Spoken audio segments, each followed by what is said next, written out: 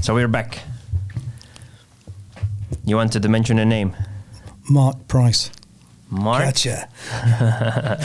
What's with that? Private joke. All right. What's the joke about? Tell me about it. Okay, he's a very old and close friend of mine. Served in the Royal Marines together. Mm-hmm. And I mentioned I was doing a podcast. Okay. And I said, I'll make you famous. Yeah. It's a cracking guy. We will then cut it out and we will make that famous clip. Yeah. And send it out to the interwebs. Yeah, so... So we were left off last time with going to war. And you were on a ship and you were smiling and happy and excited. Yeah. So let's start from there. Yeah.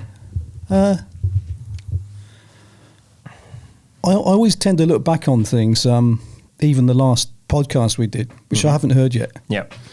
And I just want to clarify one point. The intro I thought was very good, you know. And I'm quite surprised that you managed to encapsulate a lot, especially from those articles that I wrote. And whilst I agreed with it, I always give myself a feedback, personal feedback, which because I can't get it from this environment, normally from anyone else. Is that what anybody says about me, good or bad, that's fine. But I try and stay away from making personal statements about myself. I find that quite dangerous. If people think I've done something good, thank you, or bad. And if you think I've done something bad, I will take the criticism and honestly answer it. And if you're right, I'll agree and improve myself. So thanks for that intro. But that's what you've said about me, not what I've said about me. That's very important to me. 100%.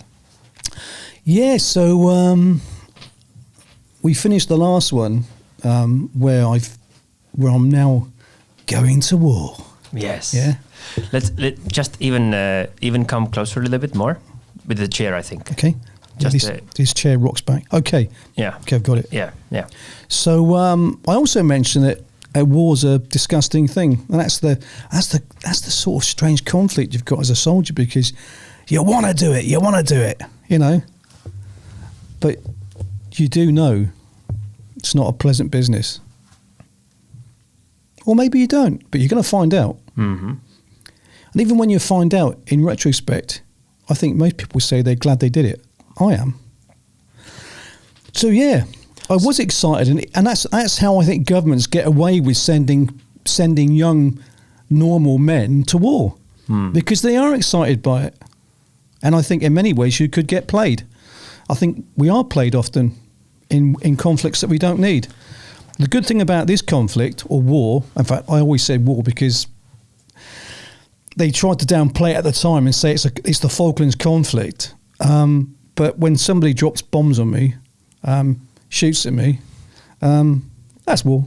That's war. Sorry, that's war. That's not a conflict. A conflict is when you go into a bar and you have a disagreement. Anyway, so yes. How many of you went? Okay, so initially, it was 3 Commander Brigade, which then consist of, in the normal parlance, which most people understand, is 3 battalions. But the good thing about 3 Commander Brigade, it's also got all its other attachments, which are homogenous to it, which make us quite unique. So we've got our own little navy, which is part of the navy, and we've got our own special forces. We've got our own air force, and and importantly, we've got our own logistics regiment. That became very important actually during the war. And we were further enhanced by 2 battalions of the Parachute Regiment. And that really made it 3 Commander Brigade on steroids. So from the infantry perspective, we're talking now, what's that, 3,000? About 5,000. But that's everybody. That's not 5,000 fighting troops. And what do you think that you were facing going in? It's quite bizarre, this, you know. At the time, and I've got to talk at the time, we didn't know anything. Although I was pretty sure it was quite a large amount of people, enemy. And the figure 11,000 is in the back of my mind. So I think maybe we might have had an idea about this. I think they had quite a lot of intelligence, but they didn't share it. And my own personal belief is they didn't share it. And I find it's a criticism, my personal criticism of the hierarchy, because we're a well-trained, well-motivated force. And they thought that if we knew officially situation enemy forces, you'd be going, whoa, they outnumbered. In fact, they did it. They outnumbered us 3-1. And they were in defence, we were in attack. So it should be the reverse. It's 3-1. So they really outnumbered us 9-1, if you use that mathematics. Yeah. But that didn't bother me, because, as I said before, we came from a well-trained, well-motivated unit, and we felt very confident in ourselves. So how long did the trip take? Well, to get to the vicinity of the island, the or trip the area itself, let me just think. Straight sailing, I'm going now from the quickest movement back to the UK. I think it was 2 weeks. Yeah. But the actual trip down there, I think took more like 6. Let me just get this right. I thought I can give you the date. We sailed on April the 5th. That was Good Friday, 1982. And we landed on the 21st of May. We stopped off at the Ascension Islands. And obviously we moved, I'm quite sure, in naval terms, they moved tactically, gathering ships. And I do know that the day before we landed, everybody then regrouped as a battle group, and it was something very similar what I saw from World War II documentaries of the D-Day landing. It was phenomenal. There was ships literally everywhere. It was an absolutely awesome sight, and because of the weather, it looked like a black and white movie as well, because it was grey skies and a grey sea, you know. And then you're on a boat moving towards the... Well, I'll go back a bit, you know, because I think what's important is that trip down there, which can also be talked about. Yeah, absolutely.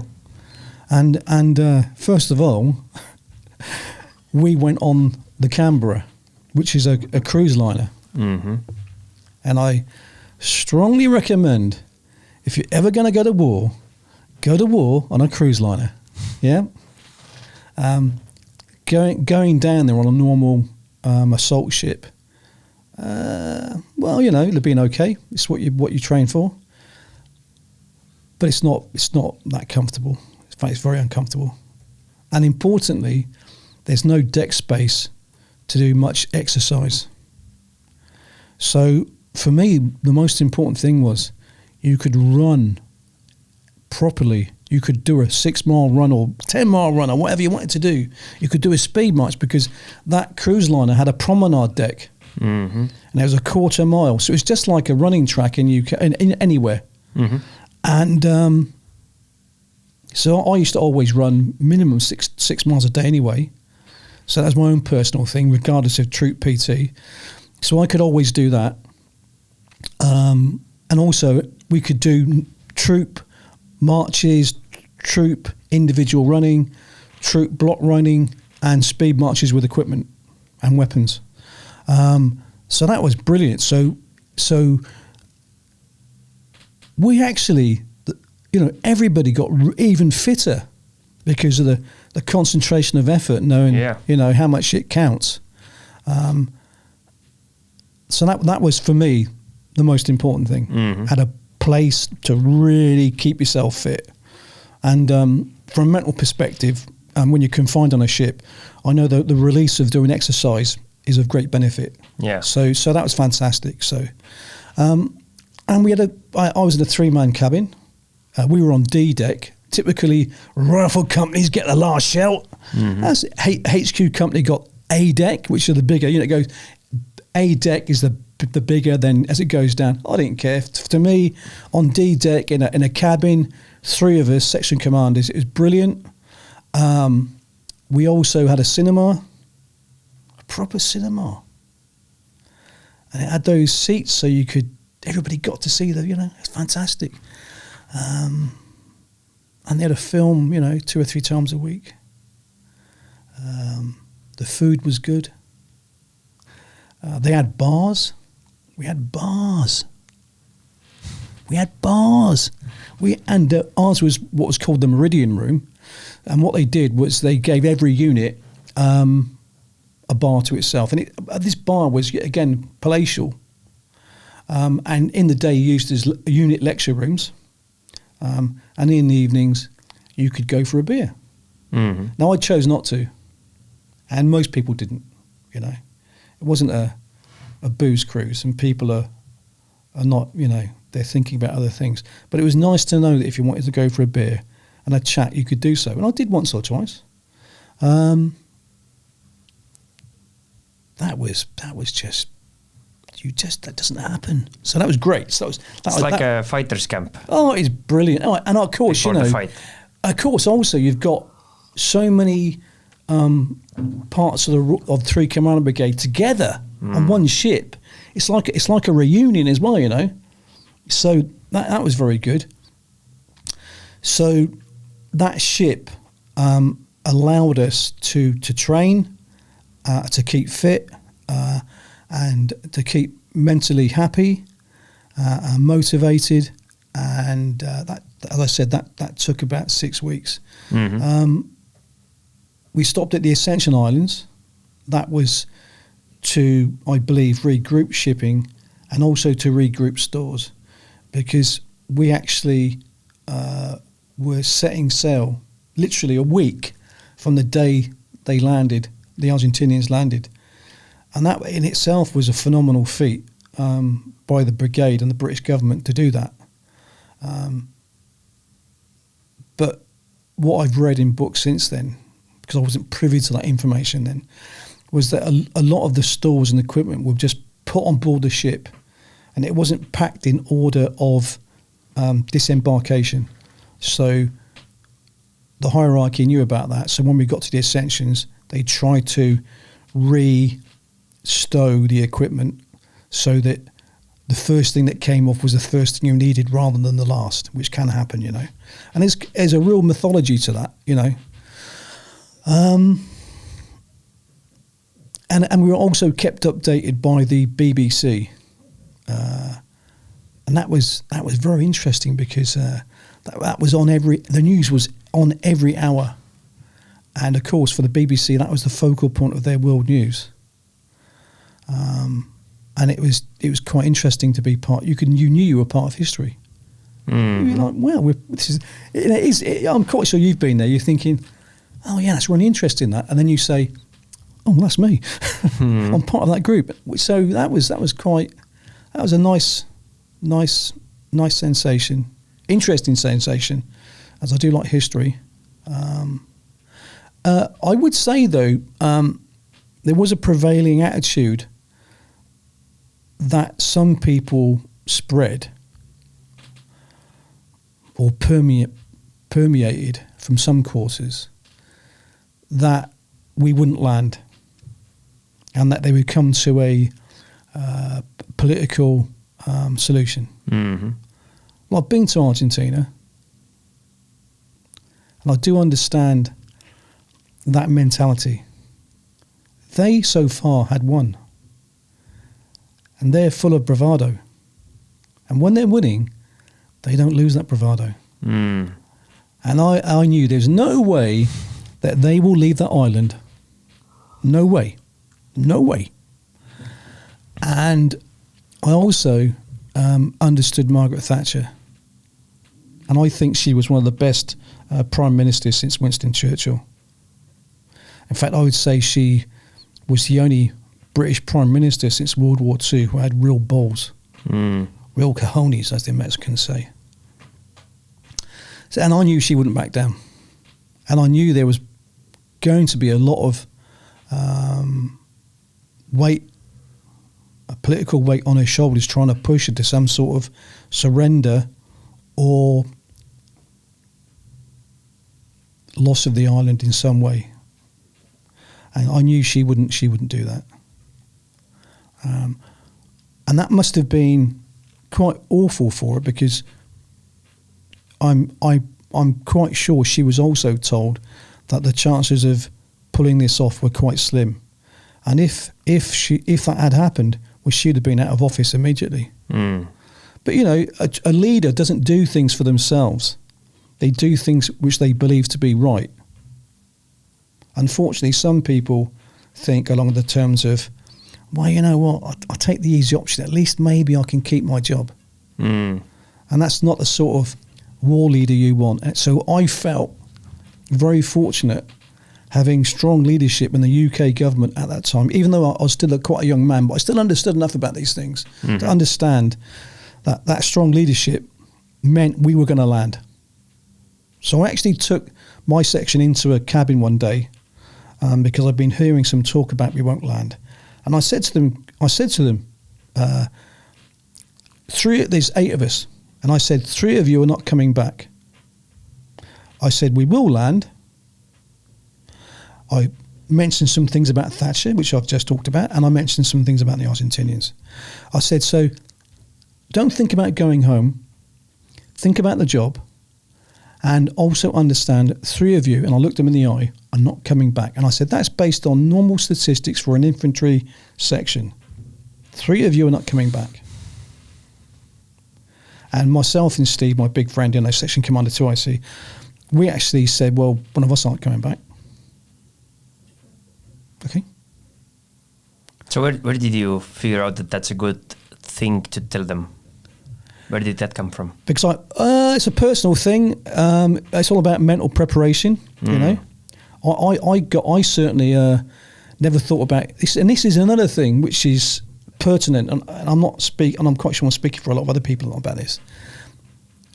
When you go on exercises, when you go on tours, you can think about when I finish this tour, I've saved so much money. I'm going to go home and do this. I'm going to go on holiday.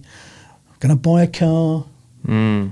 Well, at that time, I didn't think too much more than about today. And certainly when we landed, it was about surviving today. And I was able to control my mind. Well, I never thought about tomorrow.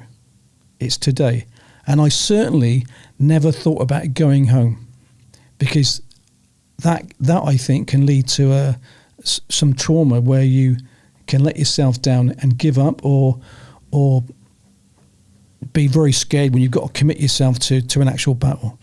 So I don't know where I got that from. Maybe it was trained to me sublimely without even knowing it. Yeah. But I knew that it's war, and this is the contradiction that I'm trying to put over. You're excited, it's great, I want to do it, but you could be under sentence of some form of execution. Yeah. And I can never and I don't want to try and get my head around it. It's just the way it is, and it is. It's a dichotomy. It's just, yeah, it is, yeah. It's the purest irony. So that's why I call it retrospective enjoyment. Yep. At the time, and no, afterwards, that was great. So I did firmly get them on board with that idea. Mm-hmm. They understood. Which is a great thing. Yeah, it was good, But it's like anything, in any circumstance, when you see something going wrong in the section or a bad idea, you stop it. And I stopped it, and all good. And funny enough, we all did come back. We all came back. But one person was shot, one person suffered shrapnel wounds, and one person had a severe cold weather injury. Mm. So 3 of us did not come back on the same ship. They came back on a hospital ship. So how did it start? how was how long did it last? It was the actual war itself was about, I think it's 3 weeks, Mm-hmm. you know. And that's why sometimes you can say, well, that's not a real war. Well, yeah, it was. Mm-hmm. And it was also the first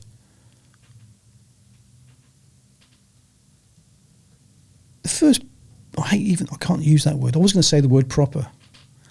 But it was the first war since World War II where it was really peer on peer, where both sides have got ships, both sides have got aircraft, you know? Mm-hmm. And, for example, the Argentinian infantry had better equipment than we did. And they were on their home turf. And they were only 300 miles from their main base. Mm-hmm. And they obviously controlled the airfield and the island. And it could have gone very badly for us. We're 8,000 miles from home. We've got an 8,000 miles supply line. You know, the weather. It's winter. Mm-hmm. The South Atlantic. It was battering the ships. And in fact, we had to win it quickly. We had to, otherwise we'd run out of ammunition, and also the soldier himself would be defeated by the elements. Because that's another thing that often isn't understood by people, even some soldiers who of different units. The weather itself is a war in itself. Mm-hmm. I'll try and start with the landing, mm-hmm. and try and introduce some of those subjects. Yep.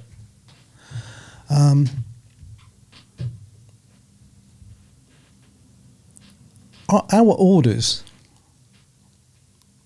the day before, I think it was the day before. I do know the day before we got ammunitioned up, and that made you feel like, mm-hmm. awesome. Mm-hmm. Because the weight of raw ammunition has its own, yeah, it has its own weight, mm-hmm. you know. But it's a good weight. Yeah, it's a yummy, heartwarming weight, you know. It's an awesome weight, you know. So I had 2 66 anti-tank rockets, white phosphorus grenade, HE grenade, belt. I had 600 link ammunition for the machine gun. 11 magazines of ammunition, boxes of spare, and that was just in my big day sack, which mm-hmm. I put on my Bergen, and 2 mortar bombs. Fully locked and loaded, right? Oh, you're locked and loaded, yeah, big time. Because you only have what you can carry. Yeah. Simple as that. And you don't know how much you need. Now, fortunately, we'd been brought up on that concept from day one in recruit training. Mm-hmm. And it's something I never fully understood then. Because of what I did understand was that everybody did this. Everybody carries everything. Everybody can carry lots of weight across rough terrain in bad weather. No, they can't. It really is a skill. Mm-hmm. And it's a painful skill to learn. And I used to call it, duties of a donkey. Because you really are a part man, part donkey. Mm-hmm. So then and I said that coupled with the fact of watching all the ships. Yes, this is real. This is real. It was awesome. And you also saw all the Milan anti-tank rockets lined up on the deck to be taken by support company. And I remember being told at the time, just there's £1 million worth of rockets. And that was the first time that Milan rockets had actually been used in war. Mm. And I think, and before this, we had the company O group in the cinema, I always remember this. So I'm expecting, ground situation mission, etc., No, the company commander came out, the sergeant major came out, they stood there. The company commander just scanned the audience, made some eye contact, the screen came back, and Magnum Force, the film Magnum Force with Dirty Harry came on, and you just saw the Magnum 44 just roll across the screen, you know. And I love that film. And after that, we saw Cross of Iron. Do you know that film? I think I've seen it. With James Coburn. Mm-mm. Oh, yeah, again, I'll send you that. It's a brilliant war film. Brilliant war film. And that was it. That was your orders. That was our orders, yeah. So it got us in the mood, you know. Yeah, I mean, I think it was great actually. Mm-hmm. But looking back on it, we did get some orders, you know, timings, etc. You know, but we didn't get the meat of which is I was wanted. I kept on wanting. What is this situation in enemy forces? And we never got it. And I think it was because they didn't want to tell us that basically you're outnumbered. Yeah. By loads and loads and loads. Whereas, you know, it'd have been, so what? It was so what? Yeah, I think that was a mistake. But obviously some staff officer somewhere. But that's a mistake that most likely nobody learned from. Well, because eventually did. It didn't really, I mean, it didn't really make any difference. Yeah. But I just find it insulting. I'm just, you know, now as an older person looking back, I find it insulting that they didn't do that. And it did happen on one other occasion. I'll explain it later on. So yeah, we were then told we're the reserve company, and what it was, our company was highly respected, and they were expecting, as normal, something unexpected to happen. So we had to stay on board the ship in the morning while everybody else had offloaded. They're going to landing craft to be taken ashore to occupy the island. And so we're just waiting now, standby, to be then sent to any hot zone. But what this presented to us was being stuck on board a ship, hearing all the bombs go off outside, because at this time, the Argentine Air Force had reacted quite strongly, in fact, very strongly, and you could just hear all the bombs going off. And I didn't like that because you're on a ship. Well, you're on a ship, and you're not in control of it. On land, you just feel it's your environment, but on board a ship, you're in a tin bucket, waiting for some big fat explosive object to land on your head. You can't do a damn thing about. I didn't like that. So we wanted to get off. But we wanted to get off that ship. We also had to take in turns to man the machine guns on the upper deck. And let's tell you a funny story here. So I went up to man the machine gun. It's my time. Everybody did it, you know. And they actually had these. In fact, I think the Argentinians used them as an anti-insurgent aircraft. They were slower flying, but they were armed with missiles and machine guns. So actually, to ground troops, very dangerous. And that was a real threat to us, apart from the fast jet coming in. And whilst the GPMGs, which is the KP-58, you know, FN Mag machine gun, brilliant machine gun. You're hosing the sky with your bursts and all the tracer, which is important. So I went up on deck to change position. You know, my turn. You know, and the guy behind the machine gun is so adrenaline rushed. He, you know, banging away. And I can't remember his name now, actually, although this guy did go SBS, actually. And I said, okay, my turn. And he went, fuck off. Because he couldn't let go of the gun.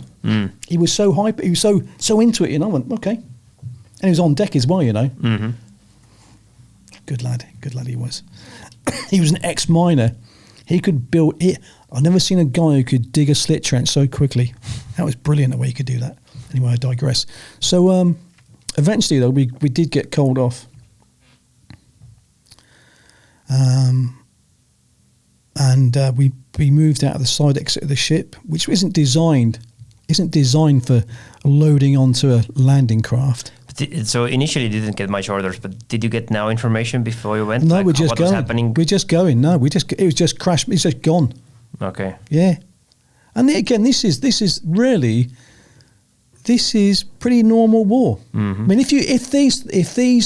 if that situation had happened on command courses, people would have been failing their orders and planning and all sorts. Mm-hmm. You know, you didn't do this, you didn't do that, you didn't give a warning order, you didn't give the full orders group.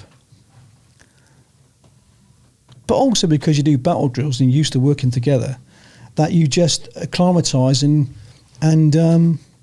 find a way around it. You know, there's no other way. You know, and war is a series of confusions, really, and it never runs smoothly, no matter how good you are.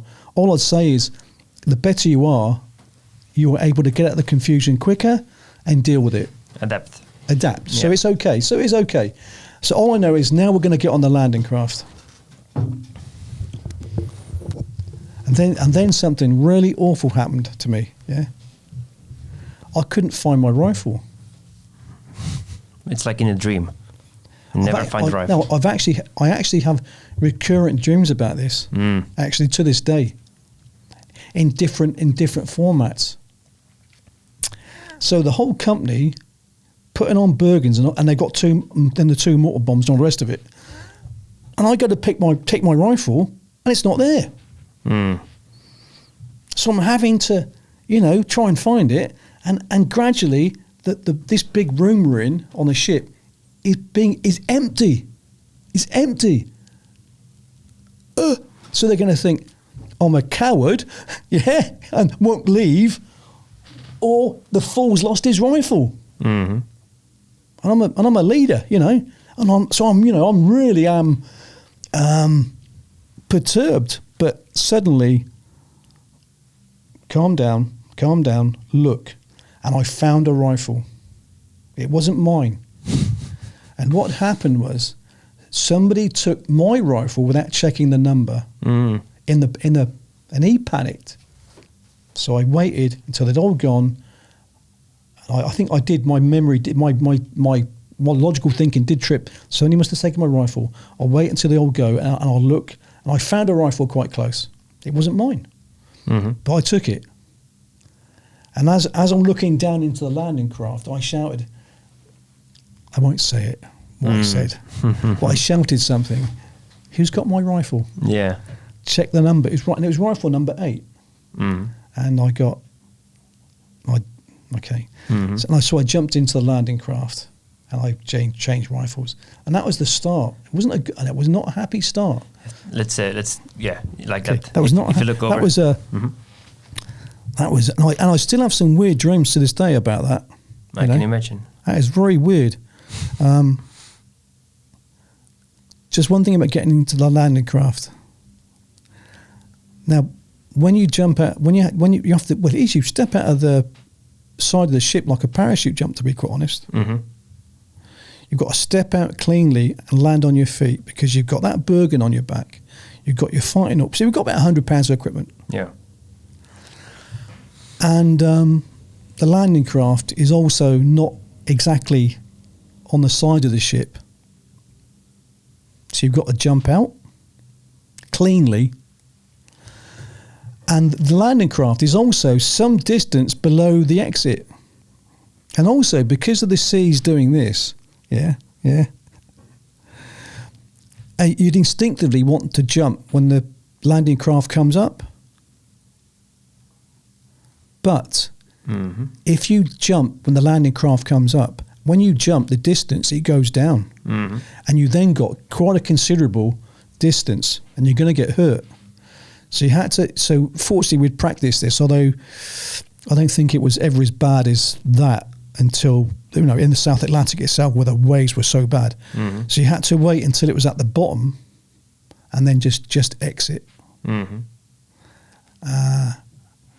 Yeah, that was the first bottle tester, and one or two people actually did fall into the sea. Yeah, so we got in the landing craft, and great, run the landing craft. Yeah. Are there similar ones that, or how did they look like? How many people? One section in one? No, or? this was actually the company. Okay, It's so a a company. big one. 110 people. Mm-hmm.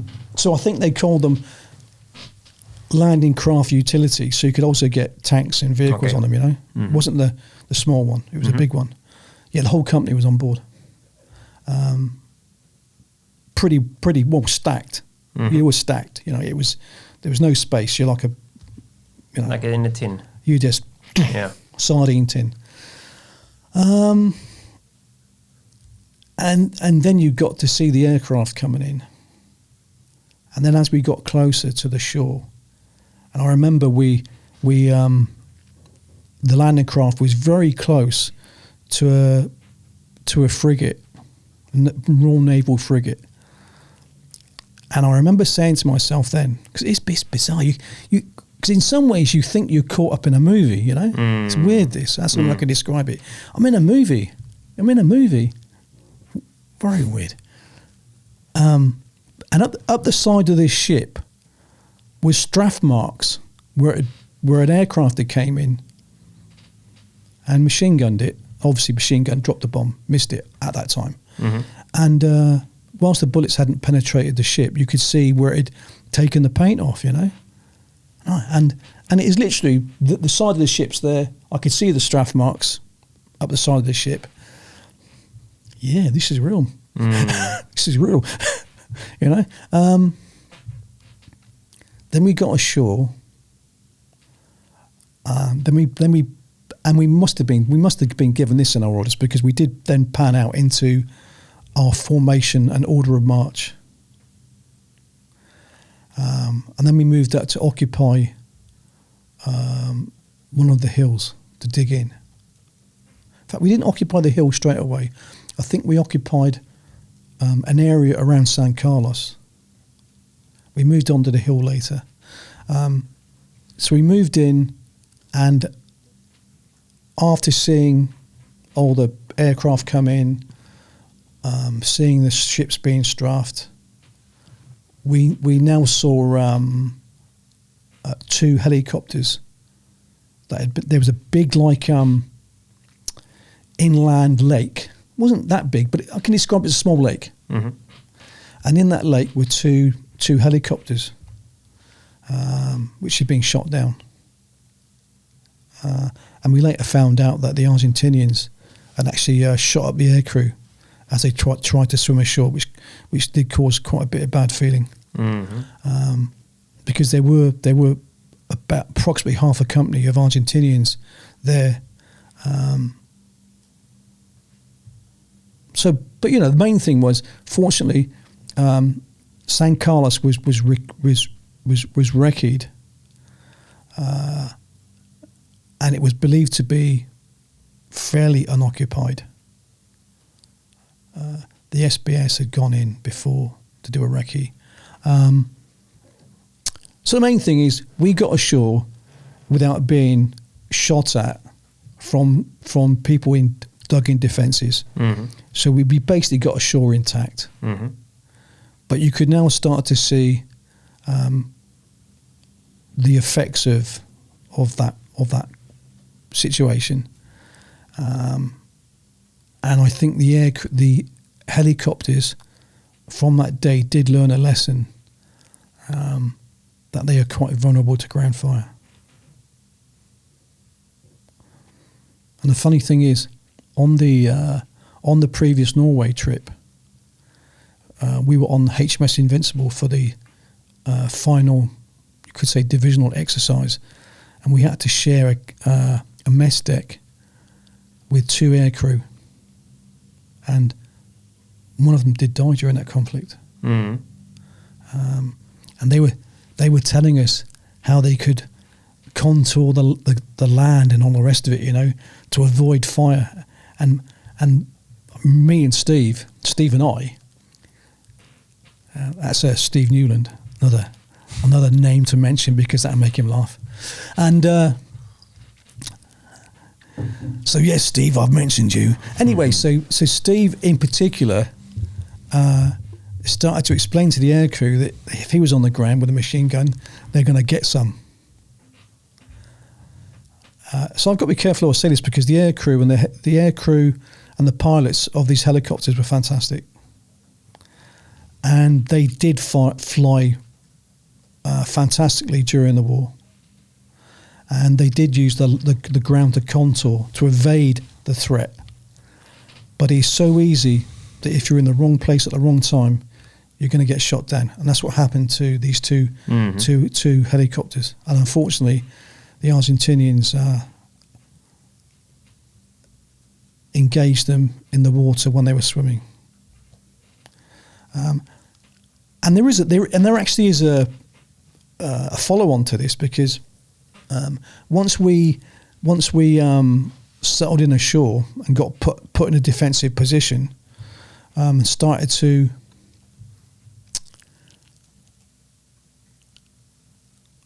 try and dig in, because the water table there is you dig in 6 inches and you've got water. In fact, yeah, we did dig in. I can remember the trench now. We dug in. But before we finished it, or maybe even before we started it, our section was given orders to find those Argentinians who'd shot down the helicopter. Now, as I said before, I think I mentioned this before, myself and Steve had both served on Naval Party 8901, which was the Falklands year. Mm-hmm. So you had to understand. So we knew the environment, and we were also one section, one troop, K Company, and K Company is the first company of 42 Commando. And we used to joke, but it wasn't a joke.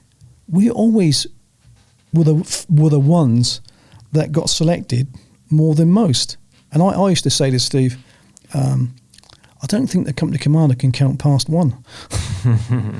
And I actually said to the troop commander later on during the war, I asked him if he could get me a Japanese passport. And he said, why? I said, well, it's obviously you think I'm a kamikaze pilot and you're trying to kill me. Because we also did something quite outrageous, which I'll explain later. Again, it was us. So we did get a small group of artillery guys, forward observation controllers, given to us. 2 of them given to us. Mm-hmm. So we had some gun support. The big gun support would have been, I think it would have been, was it 105. So it must have been within the time of we got ashore, we got put in our defensive position. They must have had the guns ashore.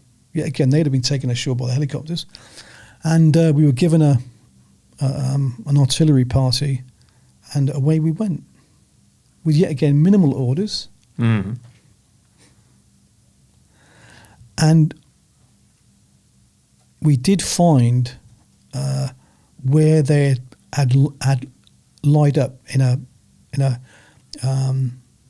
actually it was same as what we do. They lined up in a all-round defence. Obviously got their situation sorted out from breaking contact. So I got to give it to them. They fought half a company of Argentinians, took on this massive force coming ashore, and once they did their bit, they then broke contact. I mean, I understand that, Mm-hmm. And I don't mind saying I was very pleased to see that they had departed. Because if we had have bumped into half a company of men with one section. Yeah, that's not a good thing. Not good. But we had the guns with us. Well, we would have broken contact as well. And put the guns on them. Mm-hmm. Because the whole point was to find them, bring guns on them, And we would have taken casualties, no doubt about it. Yeah. But saying that, though, we did use the ground quite cleverly. And it's a very open. There's no trees or anything, you know. Mm-hmm. It's a very open landscape. But by this time, we actually had moved now out of range of the guns, and they told us to come back because even they understood no guns, no fun. Mm-hmm. And as I later found out and understood, and I agree with this. I should say I understand it. The hierarchy, when they make decisions, understand that you might have to take casualties, and so be it. Mm-hmm. So be it. Well, it's war. As long as it's they are also doing their part of the bargain, which is good leadership and good planning, you know. So I got it, you know. Mm-hmm. So we then went back and continued digging our trench. And this is the first few days. This is day one. This is day one. This is Mm-hmm. this is day one. So you just went out to patrol, just went to see straight what's out. up, then came back. Went out, and we're talking about 10 miles. Mm-hmm. So that's 20 miles. Yeah. You know. What was the next significant thing that happened? Well, we now had dug in, and we found a door from somewhere. There was actually a local settlement, Mm-hmm. so somebody scavenged a door, which we could put over and then put other earth on. So we've got actually overhead cover. But we didn't stand in the trench because it's half full of water. Mm-hmm. Although, when the aircraft came in to attack us, now everything is relative to the situation. You're quite happy to jump into a trench full of really cold, dirty, muddy water up to your waist because those aircraft are frightening. I don't mind saying that. Mm-hmm. Jets, fast jet coming in with payloads. Again, there's nothing you can do about it. Yeah. So, except take cover, keep those fingers crossed. So I was quite happy to jump into that trench, although we were not going to sleep in it because you just can't sleep in. You know, it's like sleeping in a swimming pool. Yeah. So we would actually sleep on the edges. Mm. Try and rest on the edges. So that was day 1 or 2. Although during this stage, we also actually moved now onto another hill. But after a day or 2, we got brought back. I think the CO realised we were a bit overextended. So, of course, this were the build-up days when we are getting ashore. And from our perspective, we're seeing all the aircraft come in. And I suppose this significant thing for me to see at this stage, which of course, it is weird, only 1 or 2 months before this, I was in Norway skiing in the mountains, and now I'm watching aircraft being shot down. Mm. And I always remember the troop commander. We stood together, and it is weird. We're watching this like a football match, and there's all the ships firing in the bay. There's the aircraft screaming in, and these jets move so fast. And suddenly, it just turns into a big orange ball,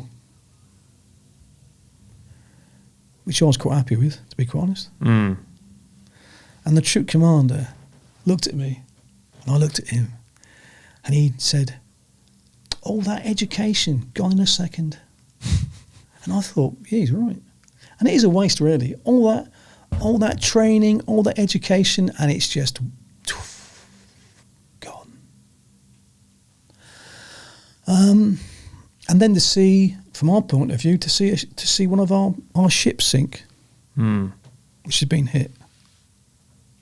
It's surreal. It's like watching a movie. Yeah. It can't be real, but it is. Mm-hmm. I think that's a really good way of the minds has got a protecting you. And I've got no problem with that, you know. And even now I think, was it a movie? Was I really there? Not a bad movie, that. Yeah. Anyway, so the problems we've got now also, which I mentioned earlier, is the weather. And that is a battle in itself. So forget all the things with aircraft bombing you and all the rest of it. You've now got to live in that climate. Well, you can't dig down because it's too wet. And you couldn't put up, we call it a poncho bivvy, which is basically a plastic sheet. And it literally is a poncho because it was designed to wear, just like the Spanish gringos pull it over your head, the poncho. What we do is we tie the head bit piece so there's no hole, and it's quite big. Yeah, and we then use it as a shelter half, but there's no trees to tie it off to.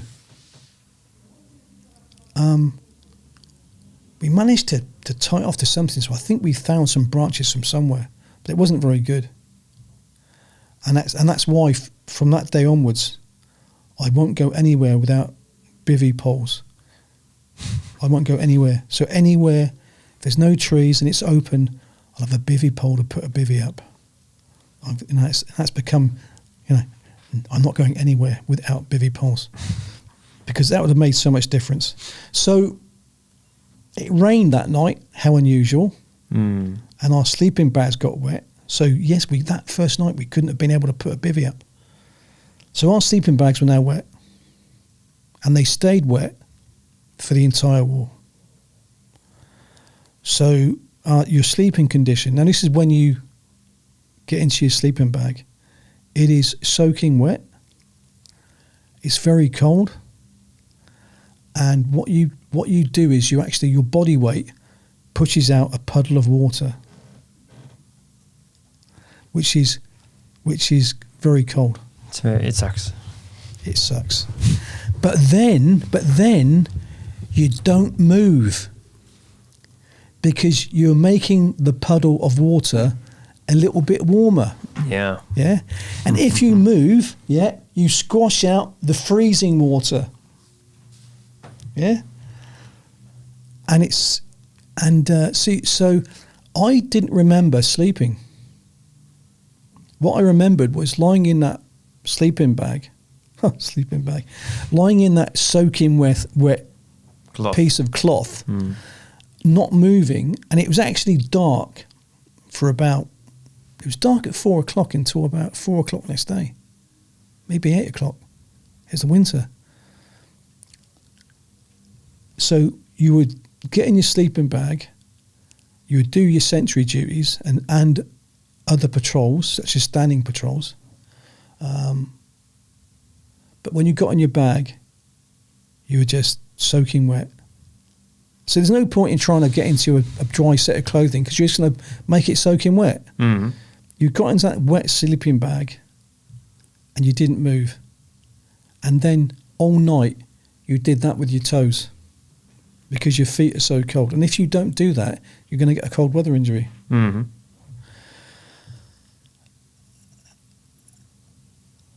I never want to do that again. I can imagine. I don't. I'm quite happy being at home with my carpet slippers next to the radiator. Yeah. With my warm dog sat on my lap with the wife and a cup of tea. So anyway, so that's something that isn't normally explained. That in itself is quite a trauma that you've got to live with, and can defeat you if you're not trained for it. Now, fortunately, from day one in the Royal Marines, they made us wet. And the climate, and I went through training during the winter months. You did have a poncho, but we never wore it. They allowed us to buy a waterproof jacket, but never allowed us to wear it. And every time we went in the field, if it was an exercise, well, you're going to get wet. And if it was day training, it normally rained. And if it didn't, and at the time I just thought that was the instructor being sadistic, but there would always be large puddles of water and mud.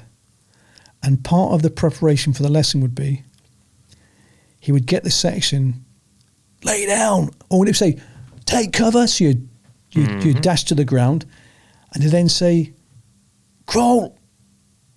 And you'd crawl, and it would be through and over all these puddles in mud. Mm-hmm. So you're now wet, you're now muddy. And he'd say, right, now you're muddy, you're not going to worry about getting muddy later on, are you? And I was quite right, actually, because you know, soldiers being soldiers, you know, you've got to clean this stuff. If you're doing a lesson or exercise, you might start to get a bit weak and not go through the muddy bit because you don't want to do it yourself. Well, you're muddy, so get on with it, you know. So, and being wet all the time and just surviving it as normal everyday life is training in itself, and I strongly recommend it. It is very important that you learn to suffer being wet and cold, and you also take it as normal. And it's not a case of the weather's bad, which means I can't do my job. So the mind is now tricked to understand and acclimatized that it's only pain. It's only discomfort. Yeah. And if you move your body, if you try and wear clothes sensibly, you're not going to be comfortable, but you're going to survive. That's very important. And yet again, a lot of people can't do that. Yeah. And I never had a tent in my entire life in the Royal Marines until I was on a training team in the field. When you're the staff, you know, you're not going to live in a bivvy, you've got things to do, you know, prepare. So I didn't actually get into a tent until I'd been in the Corps for 11 years. And even to this day, if I go in the field and they put tents up, I'll get into my bivvy. Because actually a good bivvy and a good sleeping bag is more I think it's more comfortable. Anyway, I digress slightly. So that was the sort of first couple of days. And you can imagine from the hierarchy point of view, they're building everything up. Yeah. Under the air threat. And of course, like anything, we thought, where's the Air Force? Because we got the jets, and as I later found out, the Combat Air Patrol was actually a screen outside, and they actually stopped a lot of the stuff coming in. And they also caught them going out. But, you know, I've got to be careful because we could talk for so long about this. So you must be, you know, some major events, you know.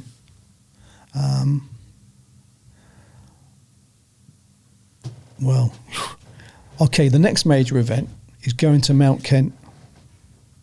And Mount Kent overlooks Stanley. So our company was being helicoptered forward a great length from our main combat support. And Mount Kent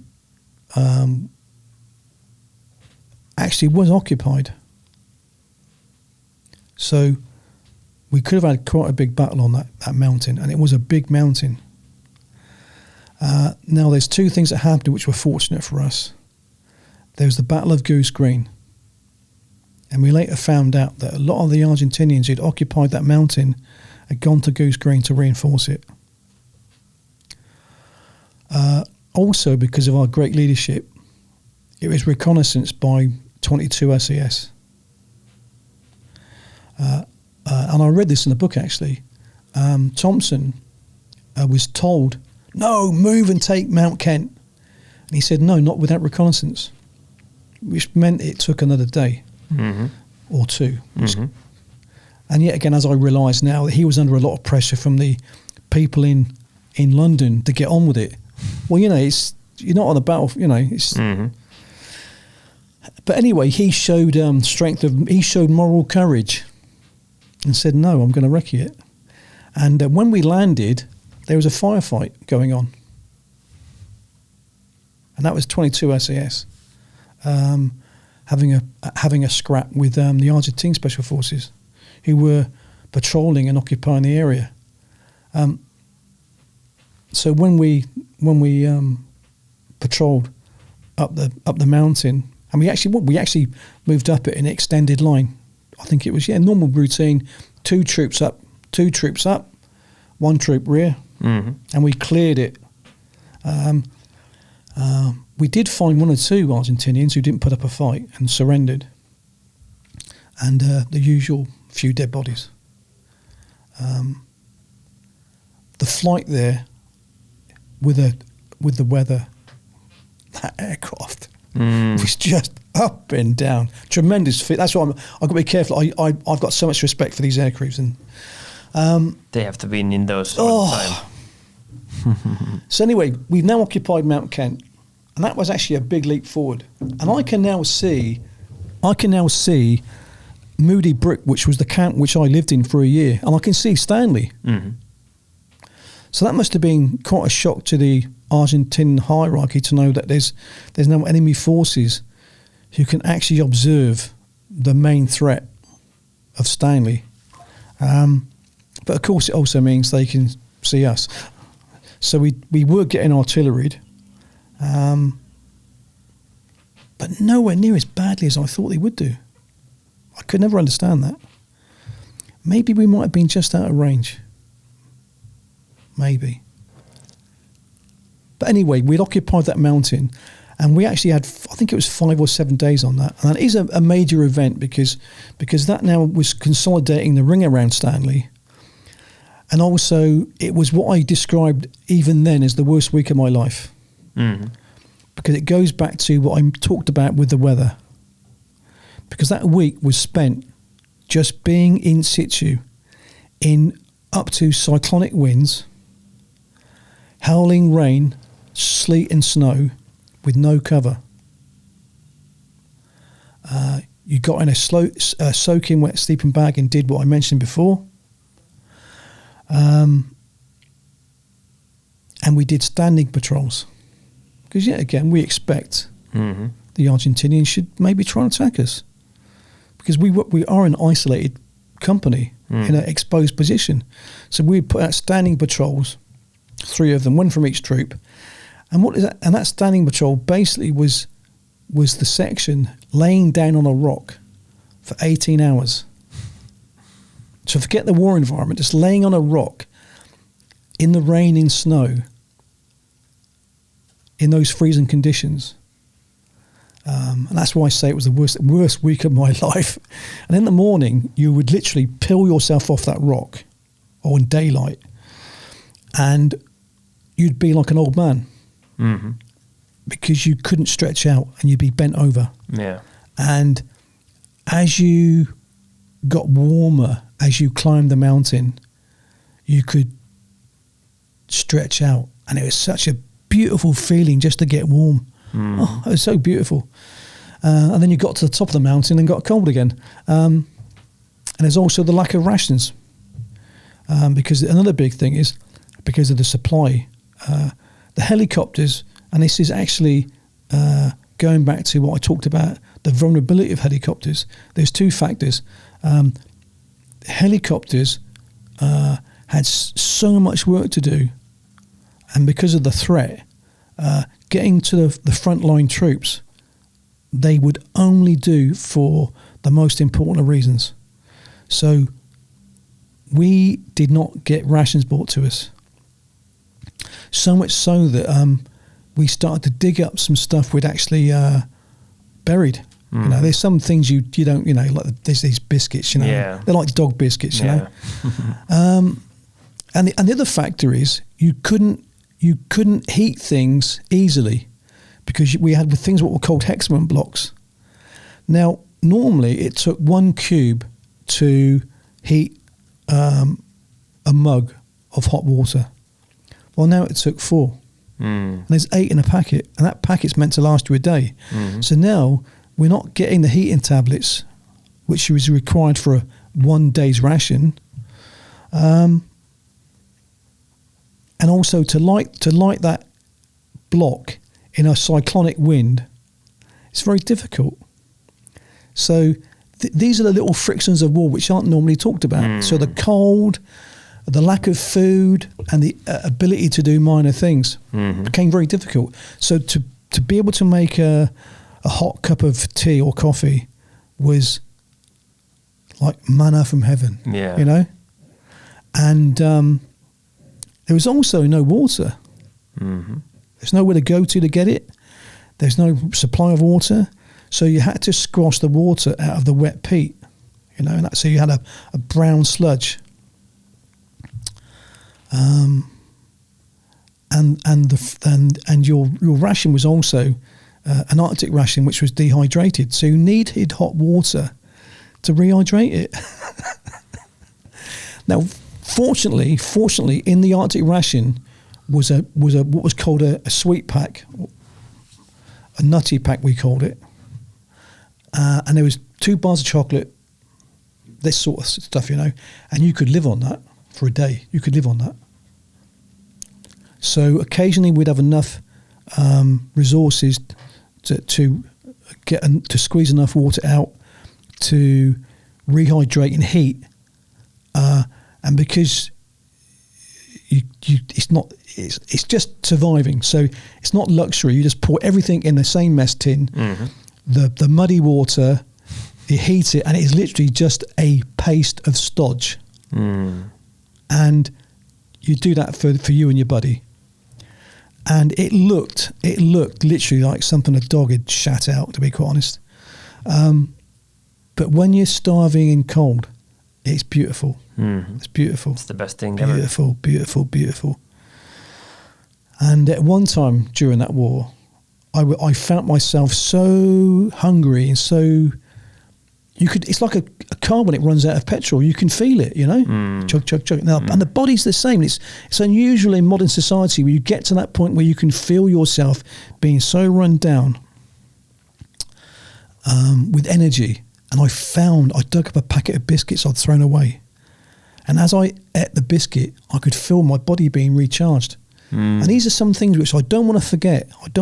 Yeah. I want to say that what a beautiful experience it is to be starving and to well, it's not a beautiful experience to be, but the sensation of having food when you're very hungry. It is an amazing feeling. Because people take these things for granted, and they shouldn't be so. Yeah. That's why I say roof, warmth, food. I'm happy, baby. Yeah. You know. And then much. And I found the Argentinians actually had some beautiful rations, and they had small bottles of whiskey, and they had tins of good quality meat, and occasionally in the mud and the debris I would find a tin of meat. I did find one on Mount Kent, and it was like going, for me, in this environment, everything's relative to the situation. So in that environment, that was like being taken to the world's best hotel and having the world's best restaurant meal. Yeah, I found that tin of meat, and of course I shared it. You know, oh, that was gorgeous. And I found a little bottle of whiskey which they had in their ration packs. But it's equally a shitty environment for the enemy as well.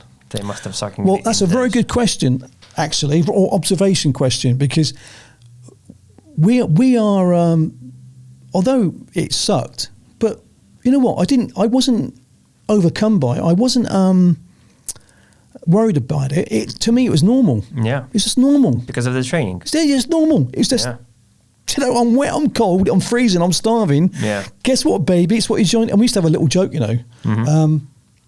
Because our best uniform is the blue uniform, the Marine uniform. And in the old days, they had before we became commanders, naval infantry, they used to go to war in a blue suit. You know? So what I learnt from the older guys when I joined up was, if you ever complained, they'd say, that's life in a blue suit. You know? and you go, well, yes, you signed up for this, you know? And you did. And I'm proud of it, you know? So you just got on with it. Not pleasant, you just got on with it. But it can be to your advantage, because the enemy cannot cope as well. And I know when we came into contact with the enemy and I saw their positions, they were suffering far more than we were. Which gives you even greater confidence. Oh yeah, of course, yeah. And they had better kit, but they suffered because they were not used to it, and they weren't not trained for it, and also the mind wasn't trained for it. The mind is a very important thing. Yeah. So I just thought it was normal, to be quite honest. Mm-hmm. It's normal, wet and cold.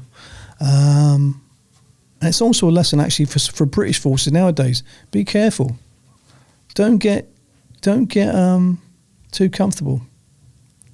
Because the day you need that vehicle, the day you need that tent, you haven't got it. You've got what you can carry. And by the way, you've got no vehicle or aircraft to take you. You're going to walk there with your kit. You know? Okay, I digress slightly. So that's very important, that. Mm-hmm. Because the weather also...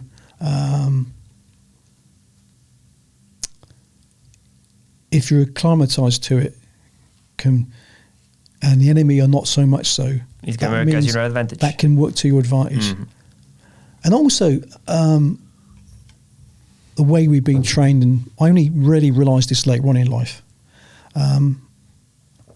that I remember actually telling my recruits off when I was training them, you're going to get a bigger job.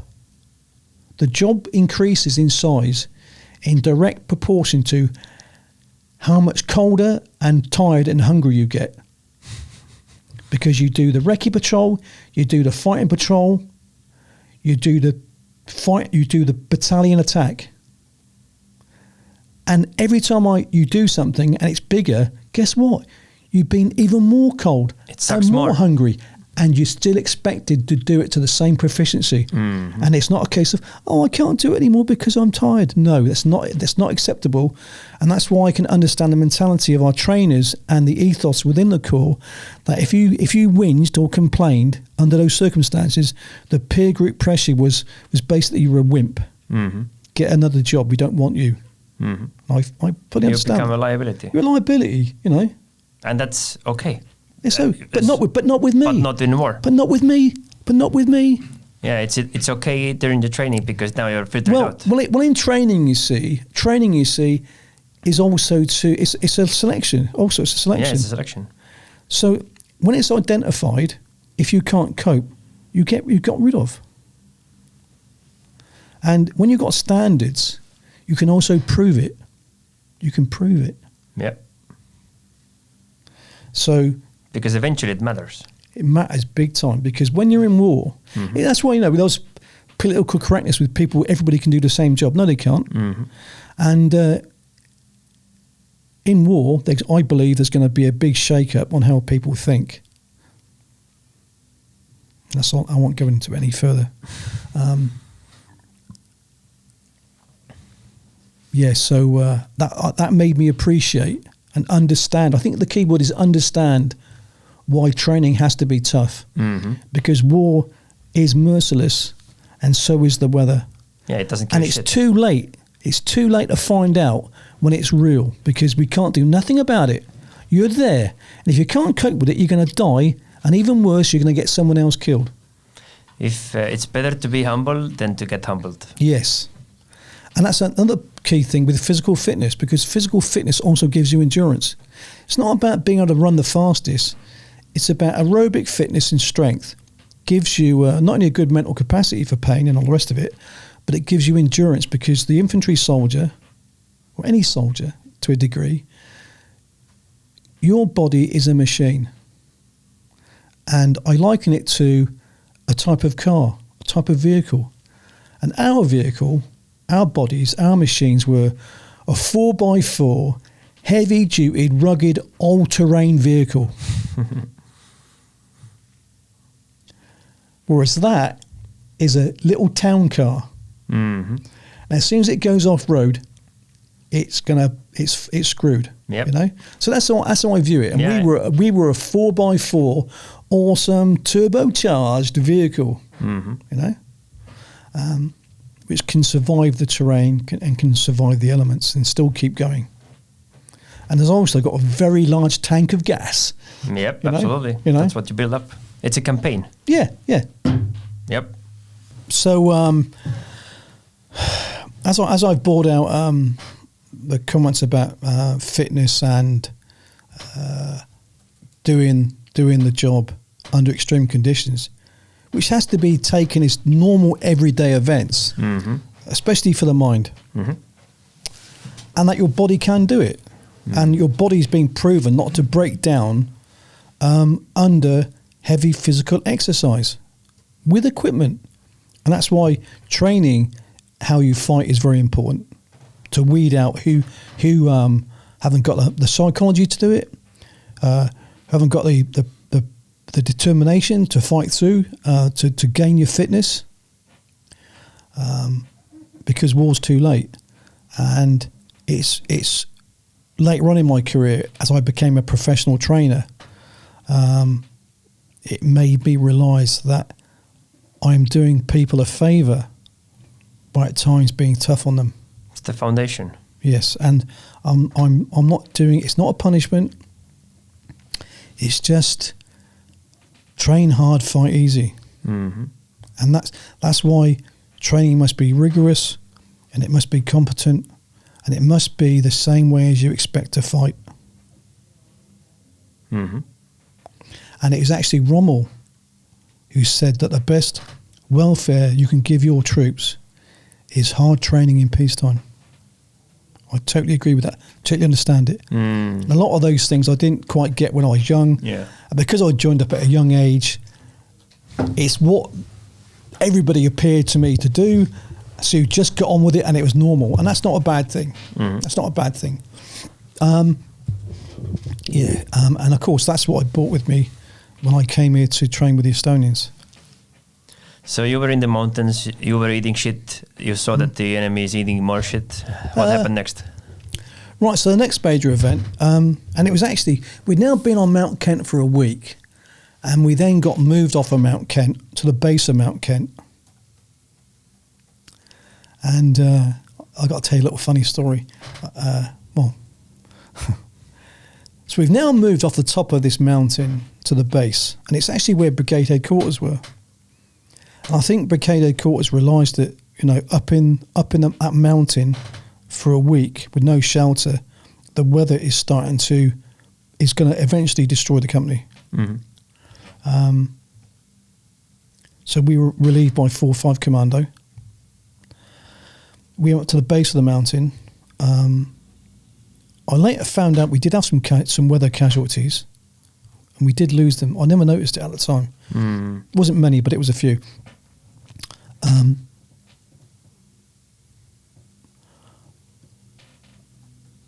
I put my bivvy up, but you couldn't raise it, so it's just laying over me. And with the rain, and I was soaking wet, and the shelter top, where there was like a cave sort of shape, it formed a big pool of water. And I moved.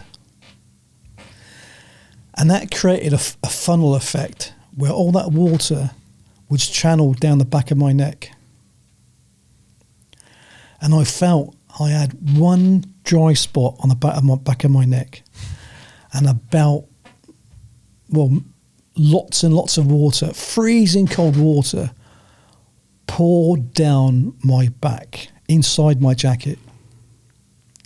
And I laid there and I said to myself, this is the worst moment of my life. And I won't forget that. Okay, so I remember the company commander coming around, and I understand now, putting things together, he was checking the company. First time when he could check it properly. So I think he realised that, Anyway, the next major event from there is, which goes back to my mention of one troop, one section. We got orders for a troop fighting patrol. Okay. That's what you do. Was I happy about it? No. I might die. I'm not happy about it. No, I'm not. But you just resign yourself to it. I'm trying to be honest here. And the orders were, we're going to go out into no man's land, and if we meet the enemy, we're going to have a fight. So you got, 30 odd men, fully armed, in the dark, meet the enemy, we just carry out immediate contact drills. Mm-hmm. I know I later found out, so I'm putting together jigsaw pieces, which I didn't know at the time, but I now know. Yeah. During the orders process, the troop commander gave actions on casualties, and the company commander stopped him. I said, "No, you get casualties, you leave them." Okay, yeah, okay. It's unusual.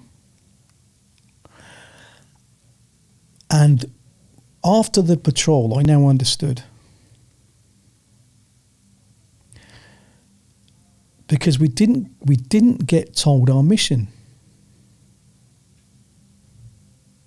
That was not our mission.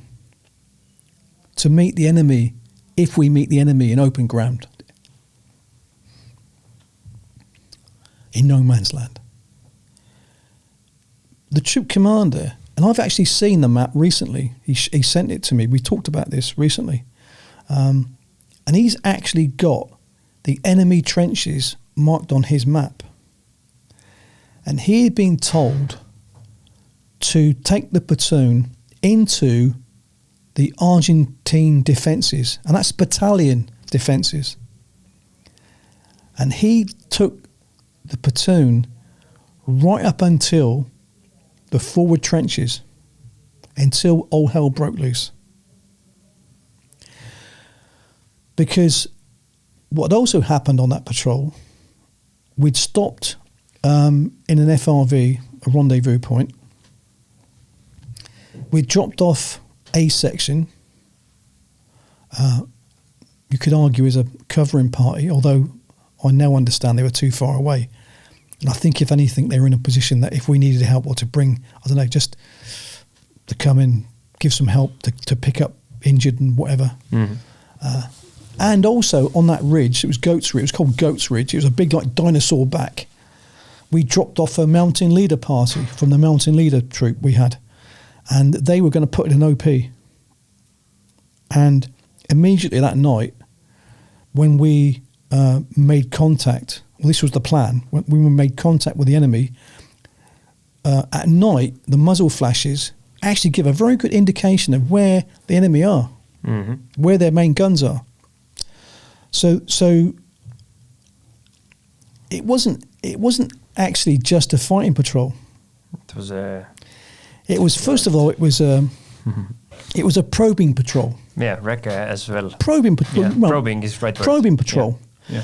And the idea behind a probing patrol is not to fight the enemy, but to get them to shoot, because you don't know where they are. Mm-hmm. So you want them. You want to be hopefully at a standoff position where they will engage, and then you can record and go. You found them. Thank you. You gave yourself away, and that's why when we're in a defensive position, there are strict rules of engagement, because if it's a recce patrol or a probing patrol, don't engage them.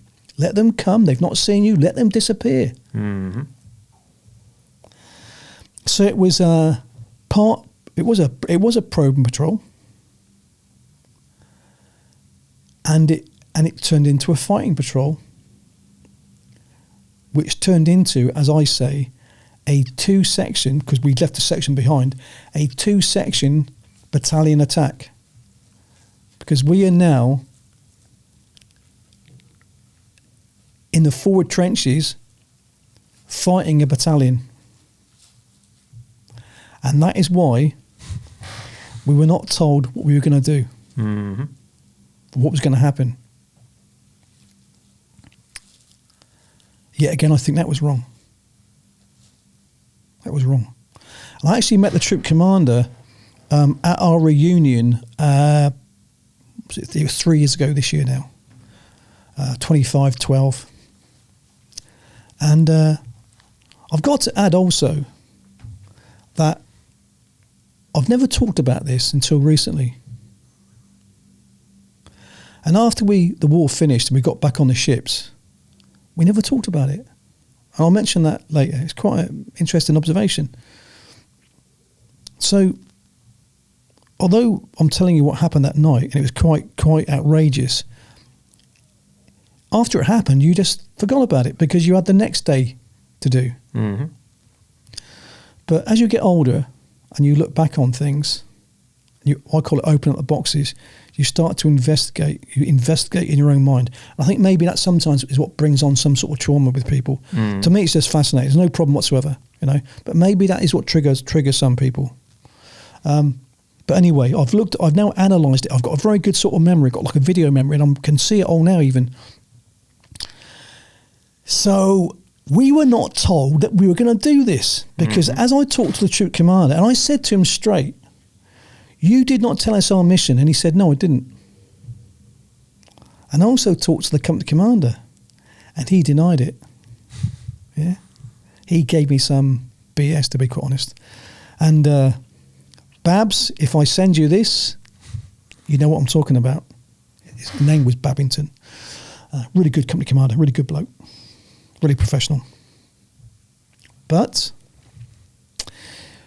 I later found out, and I'm pretty sure my memory is correct, that the CO of the unit was prepared to lose the platoon that night.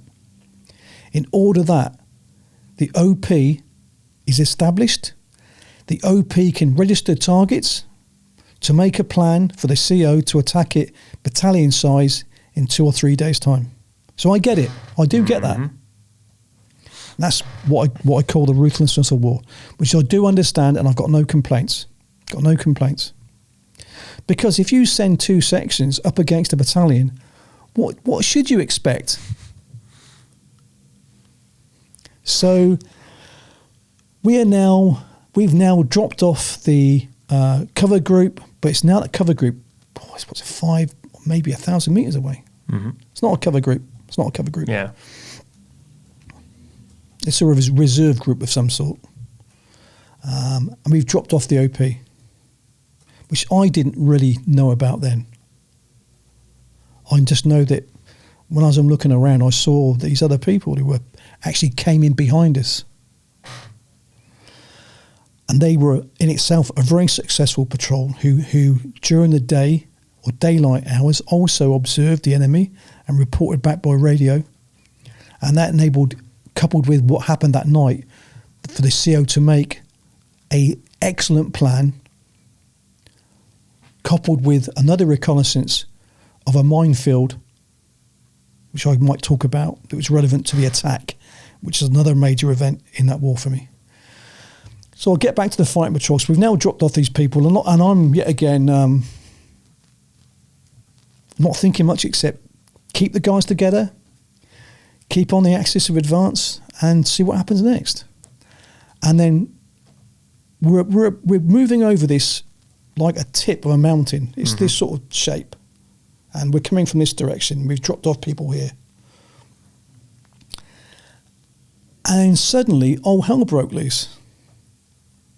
And yet again, training kicks in. Because what's the first thing we did? We took cover. And when I took cover, I now just saw and heard all the rifle fire, machine gun fire coming, literally zipping over our heads. And it's massive because the whole mountain opened up. Thank you for that, because it's just what we wanted. So the whole mountain opened up, and we're actually in their forward trenches. And I know exactly more about this now, because the troop commander visits the troop commander of that forward platoon that we attacked. He's been to Argentina a few times to see him, and they're good friends. And I think he's still in or just retired as a full colonel in the Argentine army. And I think I can safely say they're comrades in arms. And he told him about what happened to him when we attacked his forward position. So another piece of the jigsaw to put the story together, which I didn't know about then. So we've taken cover, and we are now taking a massive amount of incoming fire. And suddenly I can see now so the mountain is shaped like this.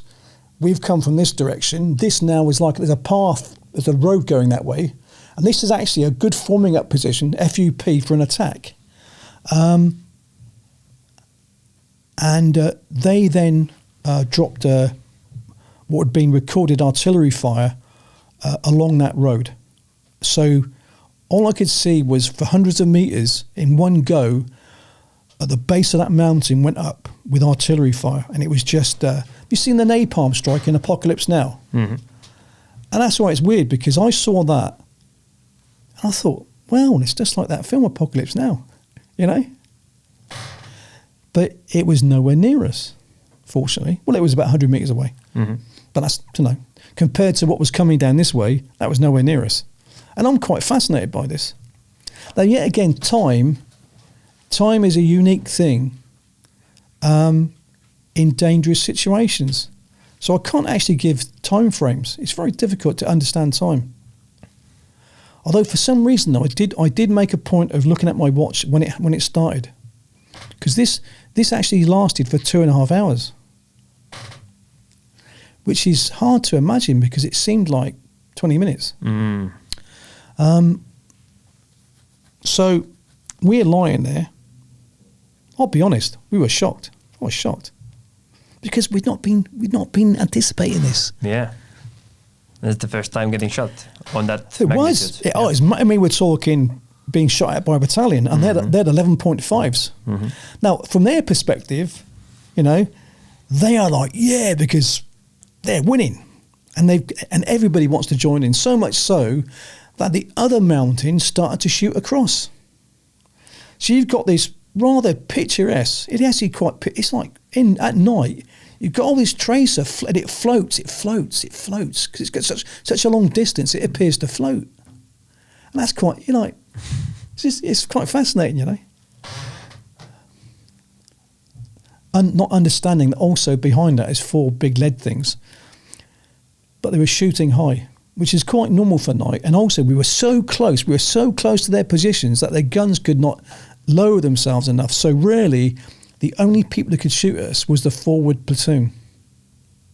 Now, the problem we had was that because of this shape, that I'm the last man of the first section. I can only see the man on my left. I can see the first man of the second section, maybe 1 or 2 heads, because they're on this side of the slope. And yet again, this is another thing about battle drills and warfare is that, and why I used to always teach that you always can understand where other people are, even if you can't see them. So you can make like a picture and you can map it in your mind. Mm-hmm. You can map it. So although I can't see them, I know where they are. That was a big thing for me. Always understand who's right and left. Mm-hmm. Always understand that. So I knew I'm last man. He's first man, but the remainder of the section, nothing. Because of the weight of fire, I think they've been killed.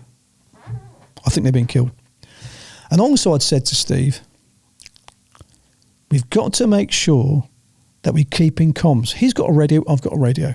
So I tried to establish communications with him. No answer. And that sort of confirmed my... Well, I wouldn't say bias, but it's literally a combat indicator that there's something not good happened. Mm. Yeah? Because this is a tremendous weight of fire. Yeah. And this is funny actually. And suddenly I saw and heard and felt these flashes go off around me, you know? And the other thing about a battle, as I'm sure you know, and whilst you may be certainly inoculated in a way on the TV, some of it's so realistic, and you see real stuff, you know, you see Vietnam stuff and the rest of it, but you don't get the smell or the shock, and it's like being slapped and being pushed and being shoved, you know. It's a real sensation, and in some ways it's, be careful how I say this, it's like 3D. Yeah, it's more 3D. It's now 4D, 5D, 6D. It's now a 6D world, you know. Yeah. Pushing, shoving, feeling, smelling. Mm-hmm. I've said, that if they really want, because technology is getting so good with movie making and CG, and it's so realistic. And I thought Saving Private Ryan actually was very realistic, especially the landing scene with the tracer and all the rest of it, and the percussions. That the only way you get the maximum from that would be if you had a seat and some sort of machine that could change the pressure in the room so you could feel it along with the explosions and it would be awesome, being pushed and shoved in. Yeah. Knowing you're not going to die, Because, of course, these percussions can also kill you, apart from the shrapnel as well. And this is funny because these things are flashing off. And I must have been within voice contact. We were within the first section commander. And I shouted, "What's that?" And he instinctively shouted back, "It's okay, it's only M79 rounds," which are the like shotgun sort of grenade that can be fired from that weapon. And now they've got the M203, which is a combination of both weapons. And it's like, okay then, apart from the artillery, but that was the mosquito bites of grenades that were also landing around us. Now, yet again, I'm not sure how long this lasted, but the battle drill kicked in and I shouted, "Get some F-word fire down." And I screamed it and shouted. And I was looking across the people who could see me, shouting, "Get some F fire down." Now, the battle drill is to take cover, locate the enemy. Well, we can locate the enemy located. It's there. You haven't got to locate. He's there. You haven't got to give a fire controller, range indication, that sort of stuff, because it's so obvious. So I didn't. I just. But it was instinctively the drill. Although, as I said, if I'd done it on a command course, I'd have failed it. That was not a proper fire control order. Yeah, but I shouted, "Get some fire down!" And to kick it off, I fired a mag of 30 very quickly, and then the penny dropped. We say, "Yeah, that's what we do." And suddenly, the whole section on my right also fired up. I couldn't see what was happening on my left. As I said, I thought they'd very bad news had happened to them. I took a 66 rocket off my pack.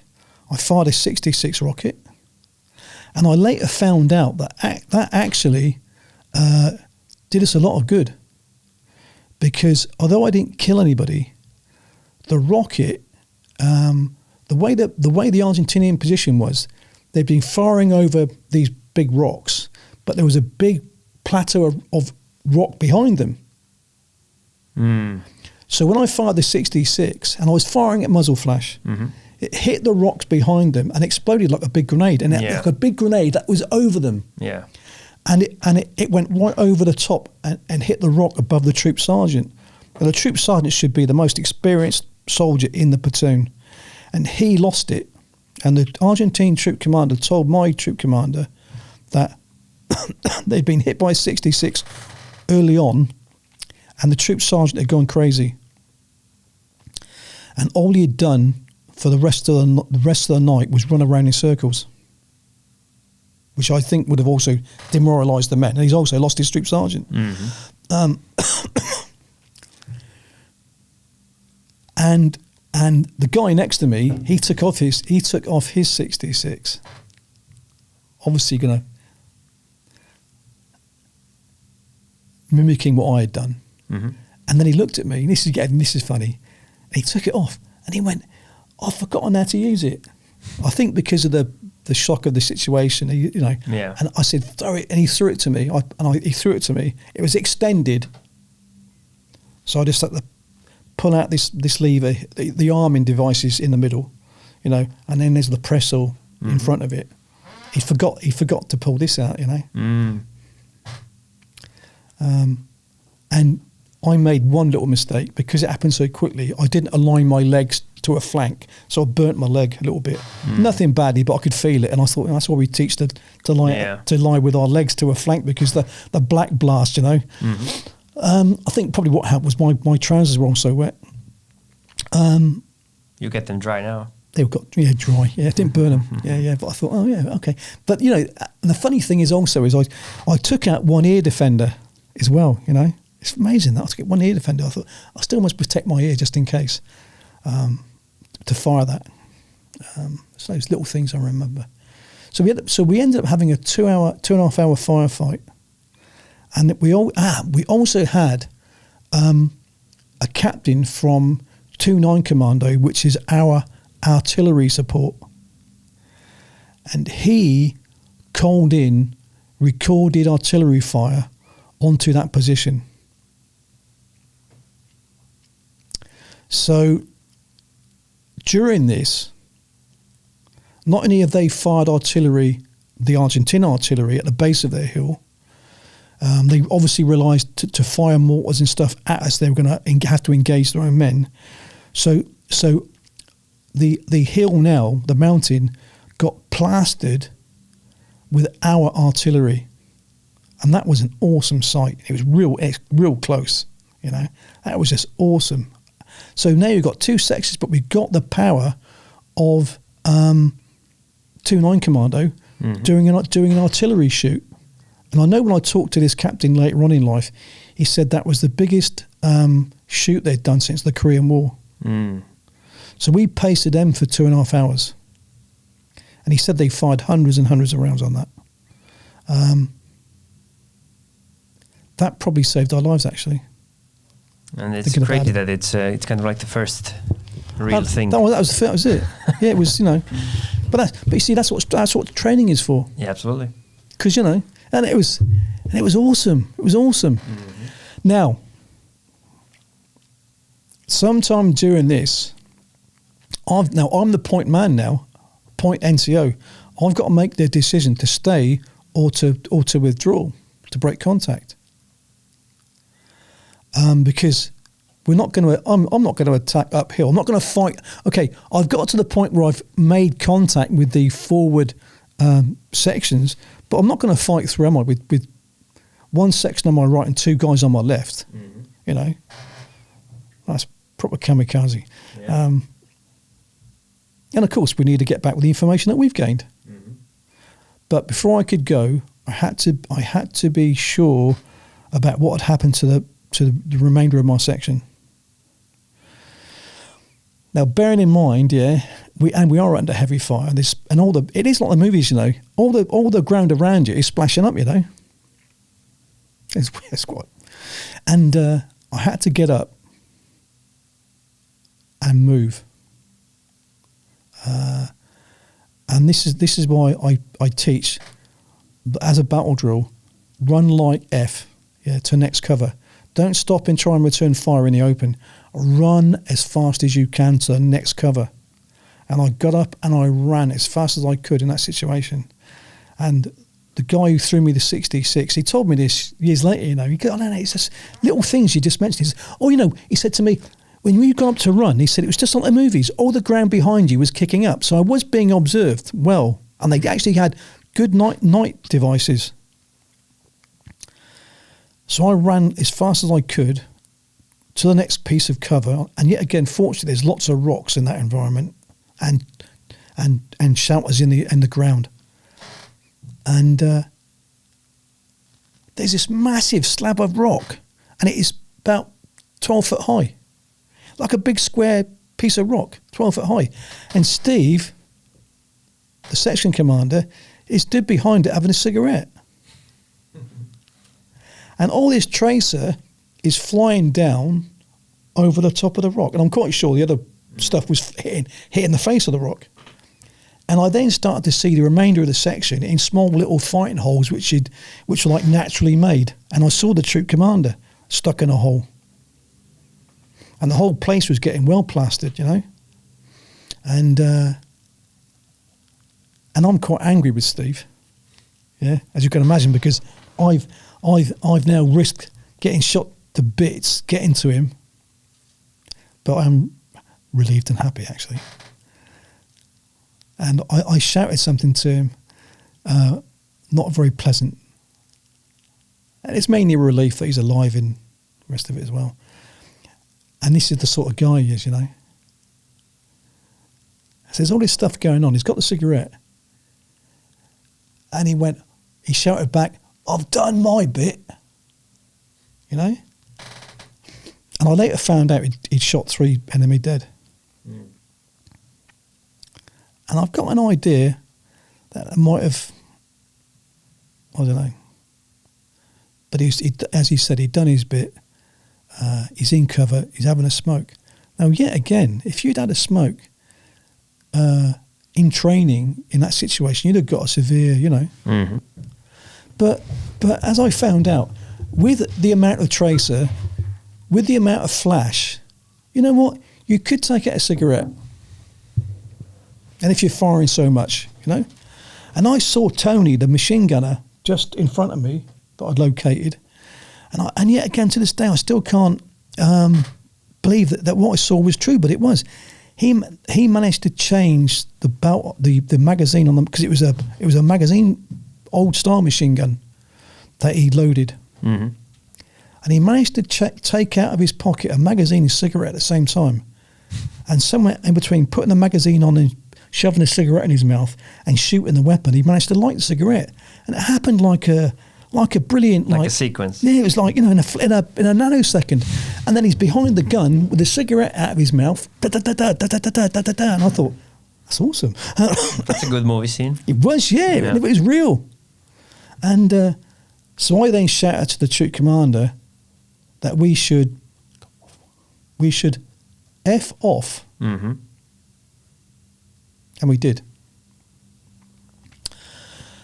And we did the normal classic break contact drill. The guys peeled off. I'm last man, so I made sure everybody went past me. I counted them. I then followed. The last section, they'd also done it, so they were in front of us. And we are now running as fast as we can across open ground. And this is what's funny. The guys are shouting, "Run away, run away, run away," and laughing.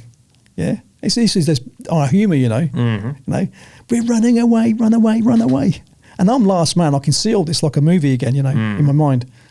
And we did. We ran as fast as we could for as long as we could. But yet again, with big spacing in between us. Mm-hmm. And we then went back to the RV. They're still shooting at us. Mm-hmm. But I think at this stage we got a little bit what we call bomb happy. Because I'm, you know, and it's nothing can do anything. I'm just and also I made it. It was wrong though, because as I later understood more about beating zones and the effects of weapon systems, they were shooting at us with .5s, which have a great range. Fortunately, their beaten zone was very wide. And I'm quite sure we were actually in their beaten zone. And I remember seeing, as we got to this other location, which was a big rock plateau, the .5 rounds splashing into it. And I was just totally ignored it now. I'm like, hey, missed. Mm-hmm. But actually it was very close.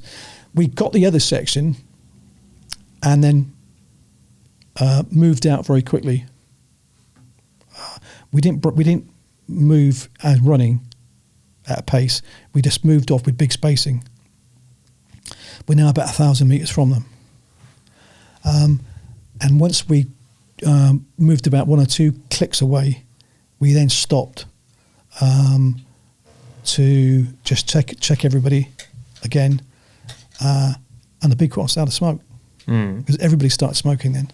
Well, I'm not an anti-smoker, but it's not good to smoke. But everybody, including non-smokers during that time, I'd say 99% start to smoke. As I used to joke, I might get cancer, but you know what? That's going to be in 20 or 30 years' time. And at the moment, if I live another 20 or 30 years, I'm going to be well happy. You know, that's the sort of mindset, you know? Yeah. And you know what? And when I got back on board the ship, I stopped immediately, and I didn't want another cigarette because it was keyed up to being in that situation, you know? But I digress slightly. It is your breathing exercise. Yeah, you know, so oh yeah, it was. Unfortunately, we had a very bad cigarette supply. As I said, we didn't get rations. We had very few cigarettes. But that one cigarette, yeah. You know. So what did your debrief look like when you got back? Or did you do any? I actually complained. Now, after I met the troop commander in 2022, was it 22? Yeah, 2022. What triggered all this is because I heard the troop commander talking to another troop commander about this. And I now realise that this was a massive, massive, massive, massive event for him. Because I heard him talking to everybody about it during the entire event.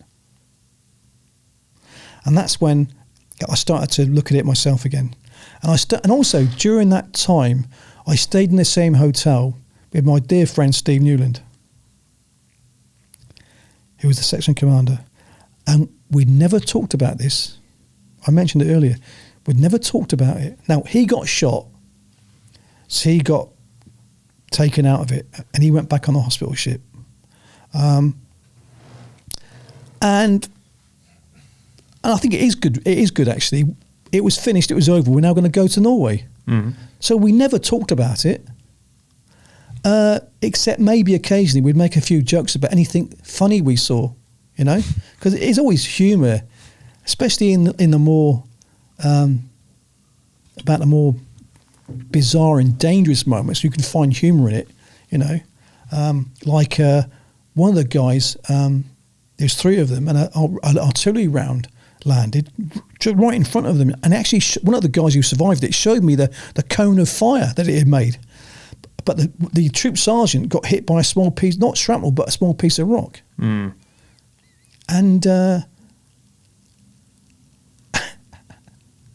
and whilst they treated him, they made fun of the fact because he couldn't see the wound. So they made him think the wound was a lot more dangerous than what it was, to see the effect on him, you know. You know, which is pretty naughty, really, because you could go in a shock. Yeah, absolutely. So they're all laughing about it, you know. Oh yeah, that's terrible. Oh my God, Frank. And we've got two sizes of dressing, a smaller one and another one called the shell dressing. First filled and shell. The shell's for bigger ones. And Mick said to him, "Hey Frank, you got a shell dressing, which means you've got a big wound." You know, that sort of thing. I don't think that translates properly now, but at the time that was hilarious because that's not a bad thing, because rather than, you know, crying about it, you're making fun, because they understood that he was going to be safe, and he did go on the hospital ship and survived. Okay, where was I? So you're getting back from that. So I only talked to Steve about this, you know, 40 years later. No debriefs. That was our, and we actually had a really good talk about it, you know. And I gave a bollocking for this radio and stuff. So this is now 2 weeks in, right? And it's 2 weeks, yeah. Now, but I also, at the time, I talked to the troop commander. This is when I also talked to the troop commander. So really, you know, I'd only talked about this 40 years afterwards, and started to put it together also with the troop commander. Because at the time it was just what you did, and you moved on to the next day. Because the next day, obviously, I realised that we're going to go back and attack it as a battalion, the full commando attack. So that's when I started to put the pieces together, and found out about those things.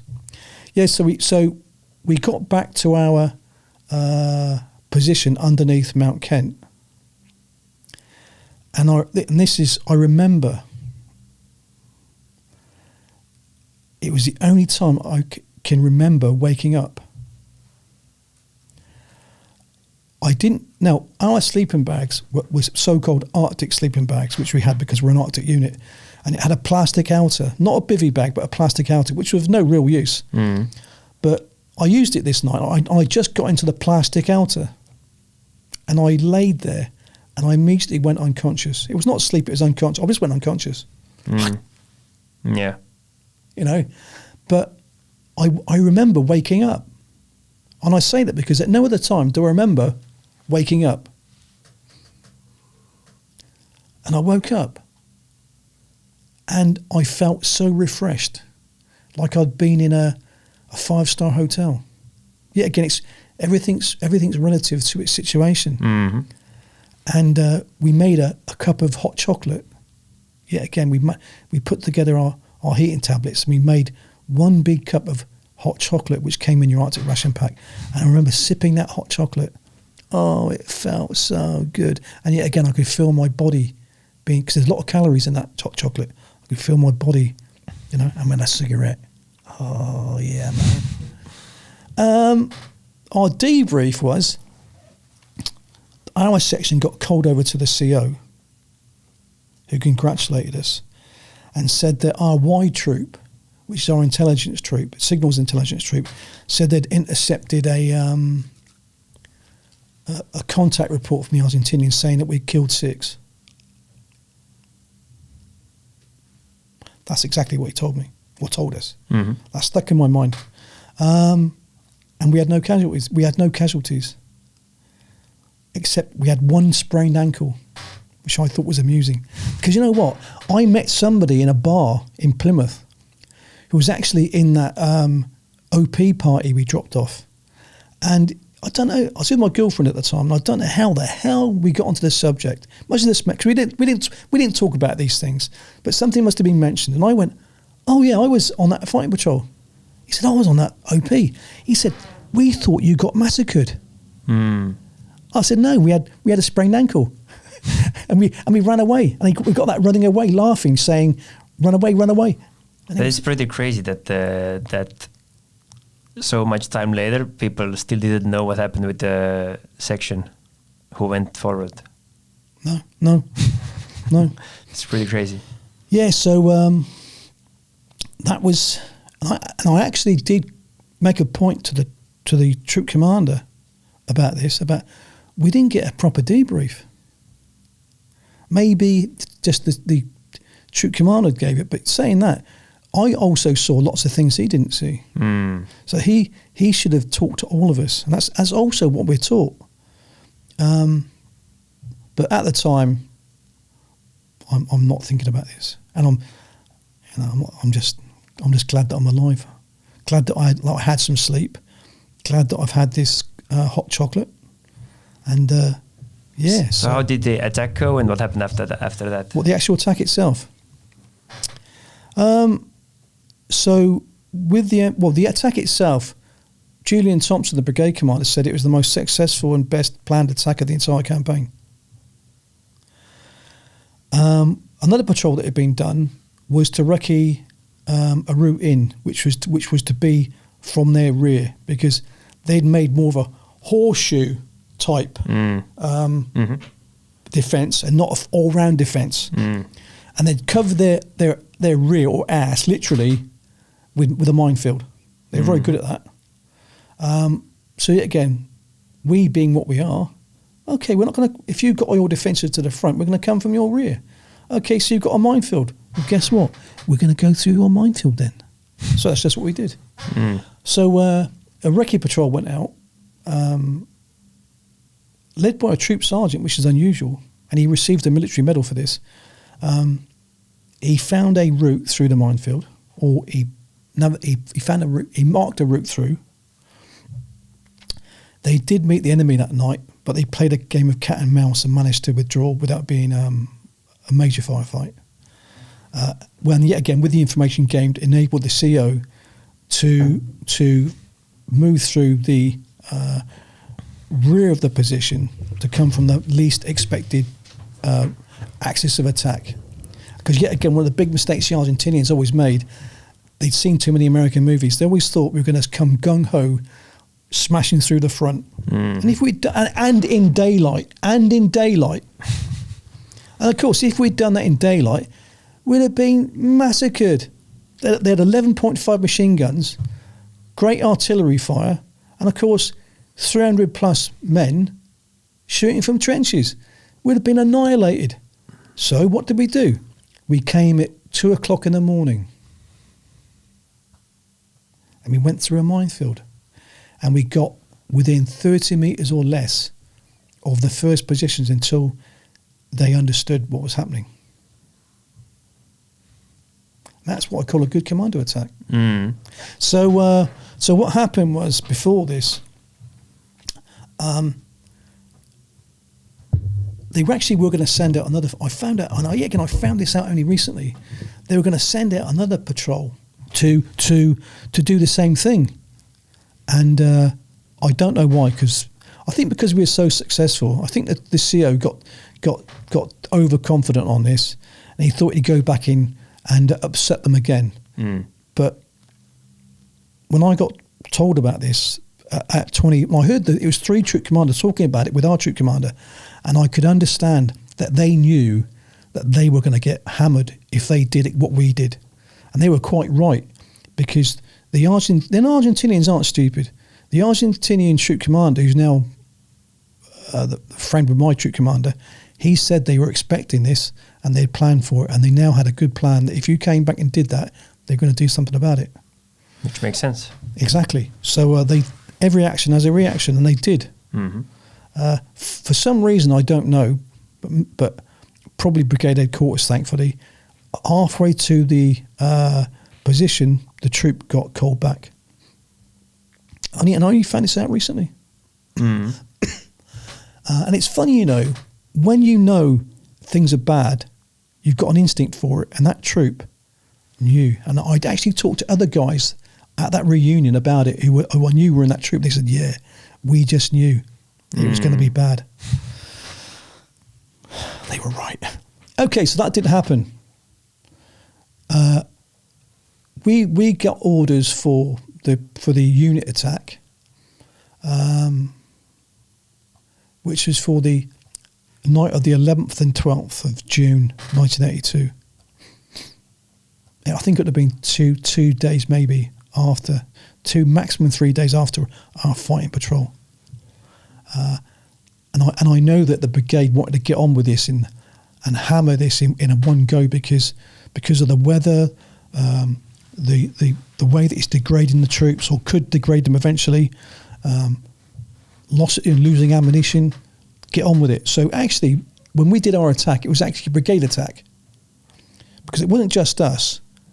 Because on our left, I can see it now, the parachute regiment were attacking their location, and 4-5 Commando in depth were attacking another. So there's 3 things going on at once.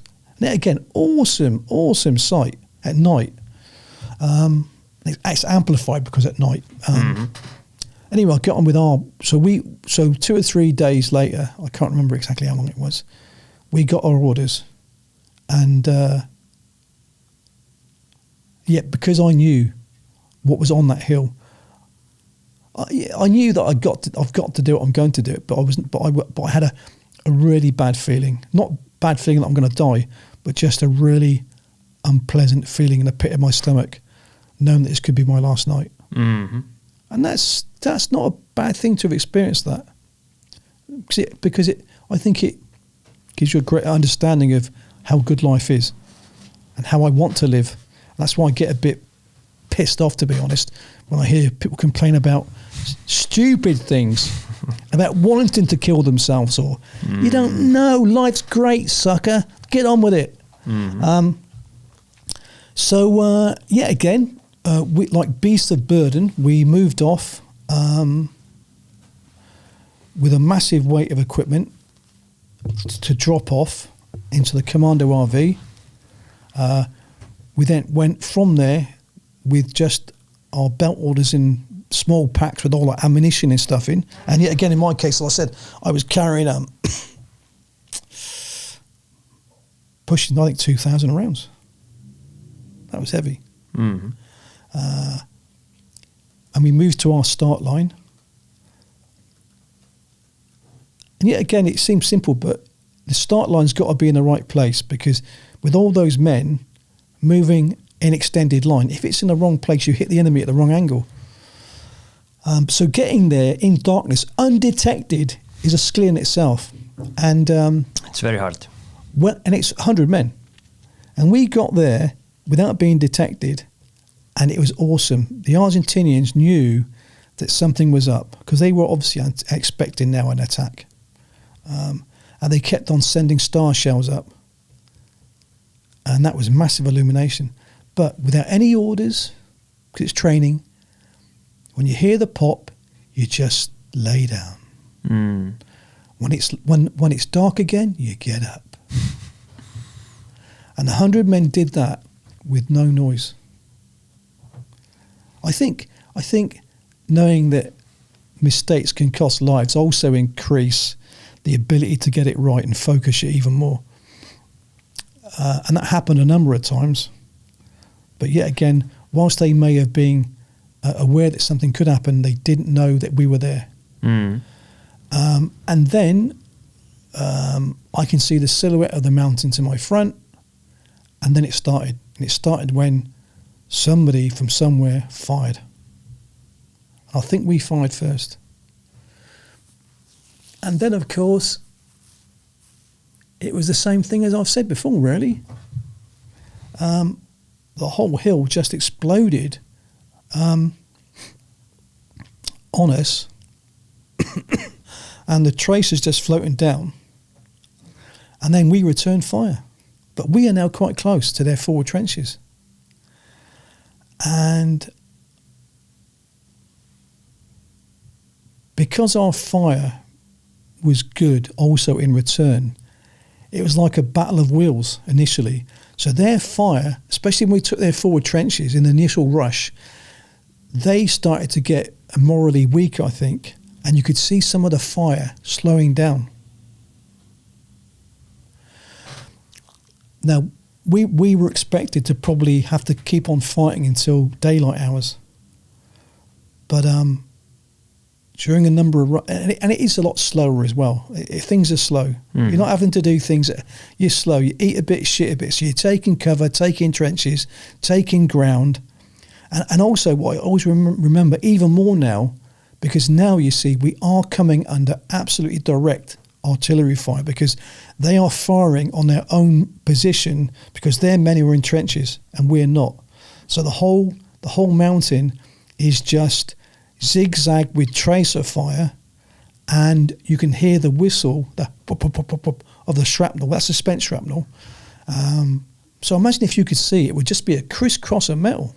And I could see tracer landing next to me, fizzling in the peat. And I remember taking cover, and the troop sergeant was behind me. And yet again, there's all this stuff flying overhead and landing quite close to us. And we have quite a famous shopping mall in England called Tesco's. And I just happened to glance behind me, and I saw the troop sergeant. And he looked at me, and he said, I shouldn't be here. I should be in Tesco's with the wife shopping, you know. And that actually broke the ice for me. And it was like everything was cool after that, you know. And I thought it was so nice. And he had a great sense of humour, but it was a very dry sense of humour. I think quite Estonian, actually. And I just thought, yeah, you know, yeah. And we cracked on. Now, during this time, there was a big stop. And we later found out that one Argentine platoon in particular was giving up quite a putting down a lot of effective fire, which has stopped basically the company. Now, Steve, my section commander, went forward, and initially I went with him, and then I lost him, and I thought we got the same repeat of the previous fight patrol. So I couldn't talk to him on the radio, and I said to him, "Where are you going?" And he went, and then I couldn't see where he was, and I got on the radio, and he didn't answer. So I just thought he'd gone 10 or 20 metres. I later got told on the radio, I could hear the radio from the troop commander saying he'd been shot. The bottom line is he took on a platoon on his own, and he won a military medal for doing that. And they think now he should have got a Victoria Cross. That's what he did. You know, you don't like me talking about that, Steve, I know, but you did. And I then had to find him because I've now been told Steve's been shot. So I'd grab one other, and we're now gone forward. And as I now realise, we're now actually really intermingled with all these Argentinians. Now, people have said to me, and I hate this, did you kill anyone? I hate that. Yeah. And surprisingly, women like to ask that question. And I used to think they like the smell. I said they like the smell of blood. You know. I hate that. I hate that question. Anyway, what my answer to it is this. No, my answer to it is I have actually saved some lives, because as I'm going to get Steve, And I only understood this fully about 10 years ago. Because I just did it and just forgot about it, because you just do. And suddenly there's these 2 enemy soldiers in front of me, fully armed, right there. And the other guy's just behind me. They've sprung up. And now, yet again, as I mentioned about time, now, in my mind, I probably had a 30-minute conversation. In real time, it's probably 0.3 of a second. Mm-hmm. I wanted to shoot them. Shooting was easy. They were in my face, bang, bang, bang, bang. You down.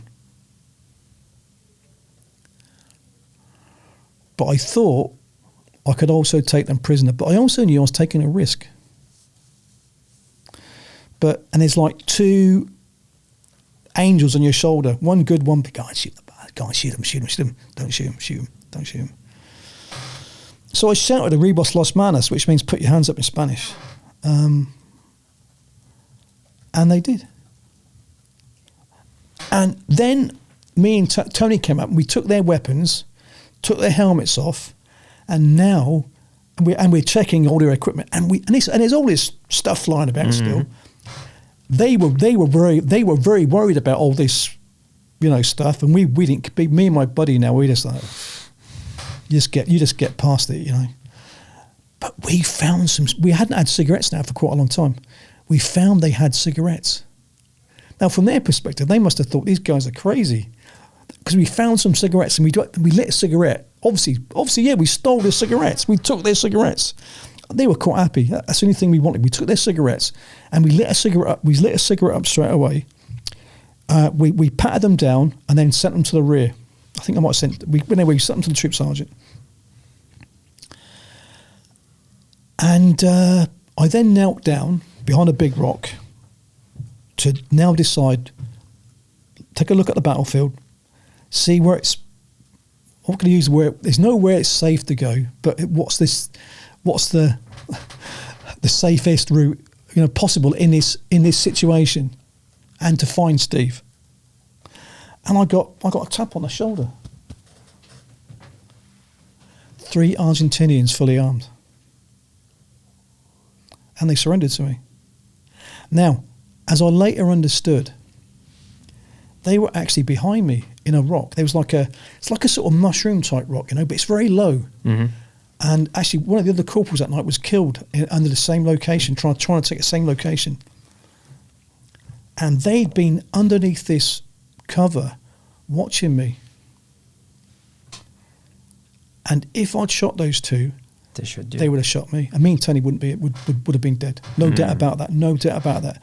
Now, I found out later, actually, they'd been told that we were going to do terrible things to them. But when they saw that we didn't do anything to them except take their cigarettes, oh, that's right, and they wanted their helmets back. Oh, okay, jab it on, And they realised that it was safe to surrender. Mm-hmm. So I actually saved my own life, and I saved Tony's life by doing that. And importantly for me now, as an older person now, I'd like to think, and I'm quite sure, that those 2 guys in front of me now are grandfathers with big families in Argentina, rather than skeletons in a peat bog buried in the Falkland Islands. So I take satisfaction from that, for them and for what could have happened to me. And of course, we wouldn't be sat here now either, would we? Yeah. So that was... I would say it's a good call. Yeah, I think that was a good decision. Thank you, decision. Yes. Yeah. Bad decision. Yeah. And I only realised that, very later on in life. So how did you find out where Steve was? Oh, it's continued. And he's there. He's now met some guys from another company who've linked up, and he's being shot in both legs. Mm-hmm. I think it might have been by burst fire. He's having a cigarette. So what I can see now is him having a cigarette, all the usual tracer flying everywhere, and I yet again shouted to him, "Where have you been?" But I'm happy though he's alive. I'm happy he's alive. Mm-hmm. And we've got what's called 4x2, which is 4 inches by 2 inches of flannelette, which cleans our weapons with, and it's in a roll, and you rip it off. It's got red lines. You rip it off, and I saw these other guys stuffing in weapon cleaning material into his trousers. Now, what it was, his trousers had big holes in it, and so did his legs. So he was padding the wound with rifle cleaning pads. He then got sent to the rear, and as he told me, what was shocking, he didn't walk when he got carried to the helicopter. One of the other company, he saw some company dead bodies in there. He said that's when it shocked him. You know, he saw the tarpaulin came back, and he saw a guy one of our guys had been killed, and he's actually since then told me some quite funny stories about being on board the hospital ship, which are only sick military people will understand. You know, and I'm not going to go into that. That's for him to tell, not me. But it was amusing, Steve. That was quite funny. Some of those stories. So he had his adventure on board the hospital ship, and so I had to continue the battle with now my section, and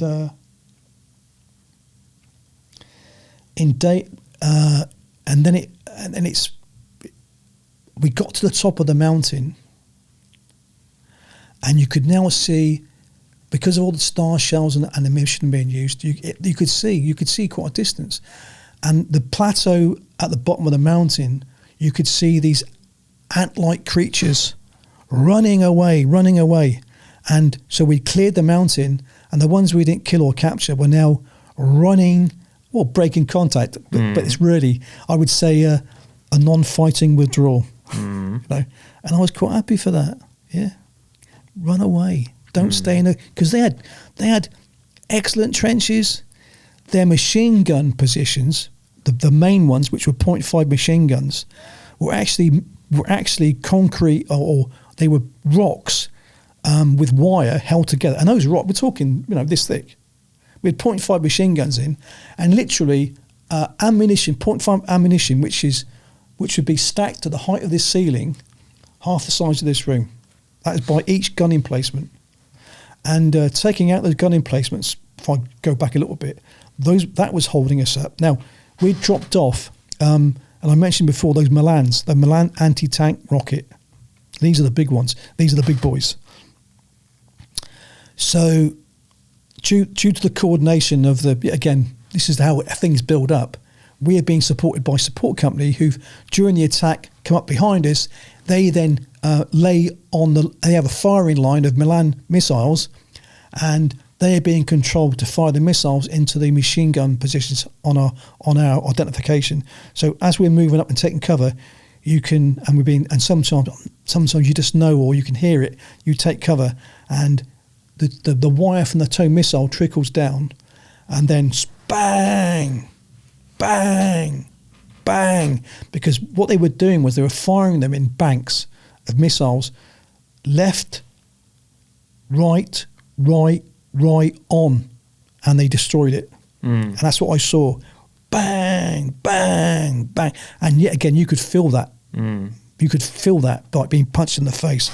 I was quite happy to be punched in the face, knowing that had allowed me to move past a .5 machine gun, which was heavily dug in. And I've got to give the Argentines credit. The guys behind those guns stayed until they were blown to pieces. So what do you think, why did they run away? Why did they lose that? What was their main mistakes? Well, one of the excuses that the Argentines like to make is that we outnumbered them, which is a lie. Mm-hmm. The other thing they like to say is that we had better equipment. We didn't. They had the same rifle, which was fully automatic. Ours was not. We only had 7.62 machine guns. They had 7.62 plus .5s. They had duvet jackets. We did not. And they had a prepared defensive position. they like to say they were not getting supplied with food. I found food caches which were yummy compared to what we had. We wouldn't, as I said, we were getting virtually nothing in the end. And we actually were relying on when we could find Argentinian stuff. So that's just an excuse. And that's why I got taught, never make an excuse. And I know throughout my career, if you make an excuse to a senior, you got crushed. You don't make an excuse. Explain what you did wrong. I'm going to spank your backside for it, and I'm going to make sure you can do it better in the future. But don't come to me with excuses. And I understand that now. Even though it's a fair excuse, you couldn't give an excuse. I made a mistake. Yeah, you need to take ownership and move on. Yep. And learn from it. And don't do it again. Mm-hmm. That's why I was going to give you a hard time this morning about you being a bit late, you know. You did it, you know, yeah, you know what I mean? You know, can't help that. Yeah. But, you know. Absolutely. As I said, no excuse. You missed the train. It's your mistake. It's on you. And I believe that's a good thing because you won't do it. That's why I took a part. Because you won't do it again, will you? Boom. You know, and it cost you. Yep. I'll give you credit for that because you paid money and you got in that and you were only 1 or 2 minutes late. Still late though. True. And I won't let you get away with that. Yeah, that's the attitude, you see. You know, nowadays, yeah, it's okay. I'm having a cup of coffee, but that's the attitude you're brought up with. Mm-hmm. You know, and we sort of make like soldierly humour about it, but that will lead to be stuck in there. And you will never do that again to me. Mm-hmm. So, digress. You can cut that out, of course. Okay. Why? Okay. So why did they run away? Well, as we said, if we'd been in their position, it would have taken them 100 years to have removed us. So it comes down to training and mentality, because they had the weapons, they had the position, and they had the leadership. Mm. But I would also argue that leadership couldn't have been very good, especially at section level. Mm-hmm. So I think training, a motivation to win, the training which builds that determination to stay and fight and to understand that, you're going to take some casualties, because they had a mentality that when the going gets tough, you run away. And it's a domino effect eventually. Yeah, with a domino effect. So that's good. We wanted that. And as our CEO said later, he was quite happy for them to run away. Mm-hmm. Quite happy. Now, we did call down artillery fire because I could see it. That artillery was really good. Mm-hmm. And he's calling it down. So he was still going to try and take out as many as he could. But the main thing was, because we got pushed hard, and we pushed and we pushed and we pushed, we broke the will of the enemy. And they started to move before we even got to them. Thank God. Because, as I said again, we attacked 300 men with 200 men. Mm-hmm. You shouldn't do that. We did. Why did we do it? Because there's nobody else. Mm. A bit like that film Zulu when he says to, have you seen the film Zulu? Mm-mm. Yeah, again, another classic film you've got to see. And they are outnumbered, This is during the Zulu wars in the 19th century in South Africa. And there's thousands and thousands of Zulus. And one of the soldiers says to the troops or the sergeant major, he says, "Why us, Sarge?" He says, "Because we're here and they're not." I thought, what a classic line. That's the truth. That's it. Mm-hmm. I mean, that's us. There's nobody else. Now, yet again, 40 Commando with some of the guards were in reserve to continue the attack, because that's how you plan things. Because yet again, we should have been stopped at a certain time with too many casualties, and that's when you've got to be reinforced or whatever. And I met some guys from 40 Commando on board this ship, and yet again we got to. Now this guy actually was a good friend of mine, and he said, "Oh, he said we thought you'd been massacred." Again, he said we thought you'd been massacred. Well, I would say that's the expectation for everyone. No, but what he saw though, the whole place being swept with machine gun fire and artillery, and when you stand back from it, or you can see it all going on, and it is just, how can you survive that? But when you're in it, although I described all the stuff coming, you don't see it. You can't see it so much. And I probably because that's a good thing. I'm sticking my head in the ground, trying to stop my head from being blown off. So yeah. So why do they run? Because poor leadership, poor training. So how long did it end to get wrapped with the campaign for you? Okay, so we now took that, and this is relevant to what you've just said actually, because back to the axis. Because we then moved off that feature next morning, and that wasn't a bad thing, because we never got to see the carnage that we had done, and I had seen some photographs later. And the HQ dealt with it. I think that's a good thing, actually. I did remember seeing some bodies at the base of the place early in the morning when it was surreal. Like there was a grey mist, and these bodies were grey, you know. And yet again, it's like it can't be real, but it is real. It can't be real, but it is real. And my mind couldn't accept it, which is a good thing. And even now I think, was it really? Did I really see what I saw? I think I did. We moved off, and yet again we expect now to do to do the same thing again on the next big feature. So that's the expectation. That's how it's going to be. So it goes. Yeah. So it goes. And this is why I've got to give respect to my father, which I mentioned before, because the feeling next time is even worse. It doesn't get better, it gets worse. You understand where you're going to. Whoa. And also, you've got to roll the dice. You know? It's Russian roulette, you know. So I'm happy, this might sound strange, I'm happy that Steve is now on a hospital ship and he's safe, because he may have been wounded, but I know he's alive and he's gonna go home. Mm-hmm. That was important to me. So at that stage, Steve's going back, maybe I won't, but at least he's going back. He's going to get married. So I was happy with that, believe it or not.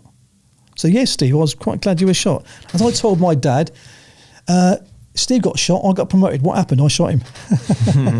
You know? And I told Steve that joke and he laughed. So we've now gone we've now gone to Goats Ridge, which is where we put the OP in. Mm-hmm. And we are now trying to make something to drink and eat. And yet again, I got struck with one section. We had to do an ammunition resupply. And who got nominated? One section. I just used Hexman, which we're in short supply to make a hot drink. And I've got to go now. So I lost it. And I have to admit, I was nearly in tears of frustration. I was nearly in tears of frustration. Yeah, I mean, I really wanted to cry. I got close to crying in frustration. And then we moved back to the mountain that we'd taken and met HQ. And again, all the HQ rats were all over the place, getting all the goodies, getting all the Argentine pistols and stuff, you know, taking care of the prisoners and acting like macho man, which I didn't like. But that's just what HQ wants to do. And I then picked up ammunition from the adjutant, and I am just covered in belts of ammunition, boxes of ammunition, all the section are. And I then patrolled back to Goats Ridge with the section. And I'm exhausted, absolutely exhausted. I mean, mentally exhausted now. And I'm feeling a bit upset, to be quite honest, that one section again having to do this. I told Steve about this actually recently, and he laughed. And I got back. It's fun in retrospect. I gave all we passed all the ammunition. It is fun, yeah. I passed all the ammunition around, got my cooking kit out, prepared to move. So with what limited rations we had, I know I hadn't eaten again. And we now moved back again to Mount Harriet, the position we'd taken. And it's getting dark now. And I've lost so much weight now that my ammunition belt is beginning to slip over my hips. So as I'm going up the mountain again, I'm trying to have to keep my belt up, you know. That was really frustrating. Mm-hmm. Little things you remember, you know, it's really frustrating. And we got on the mountain, and then we came under artillery fire. Big time. Because the Argentinians know that we've occupied it, so they're going to give us some of their good news. Mm-hmm. And I'm on the side of a mountain like this. So I got my poncho out, and there's loads of Argentine bayonets. So I bayoneted one corner, bayoneted another corner, then dragged it over, and then fixed it to the bayonets, you know. So I was literally like a kebab sandwich just stuck to the side of a mountain, you know. And the rounds are landing really close, and I just didn't care. Mm.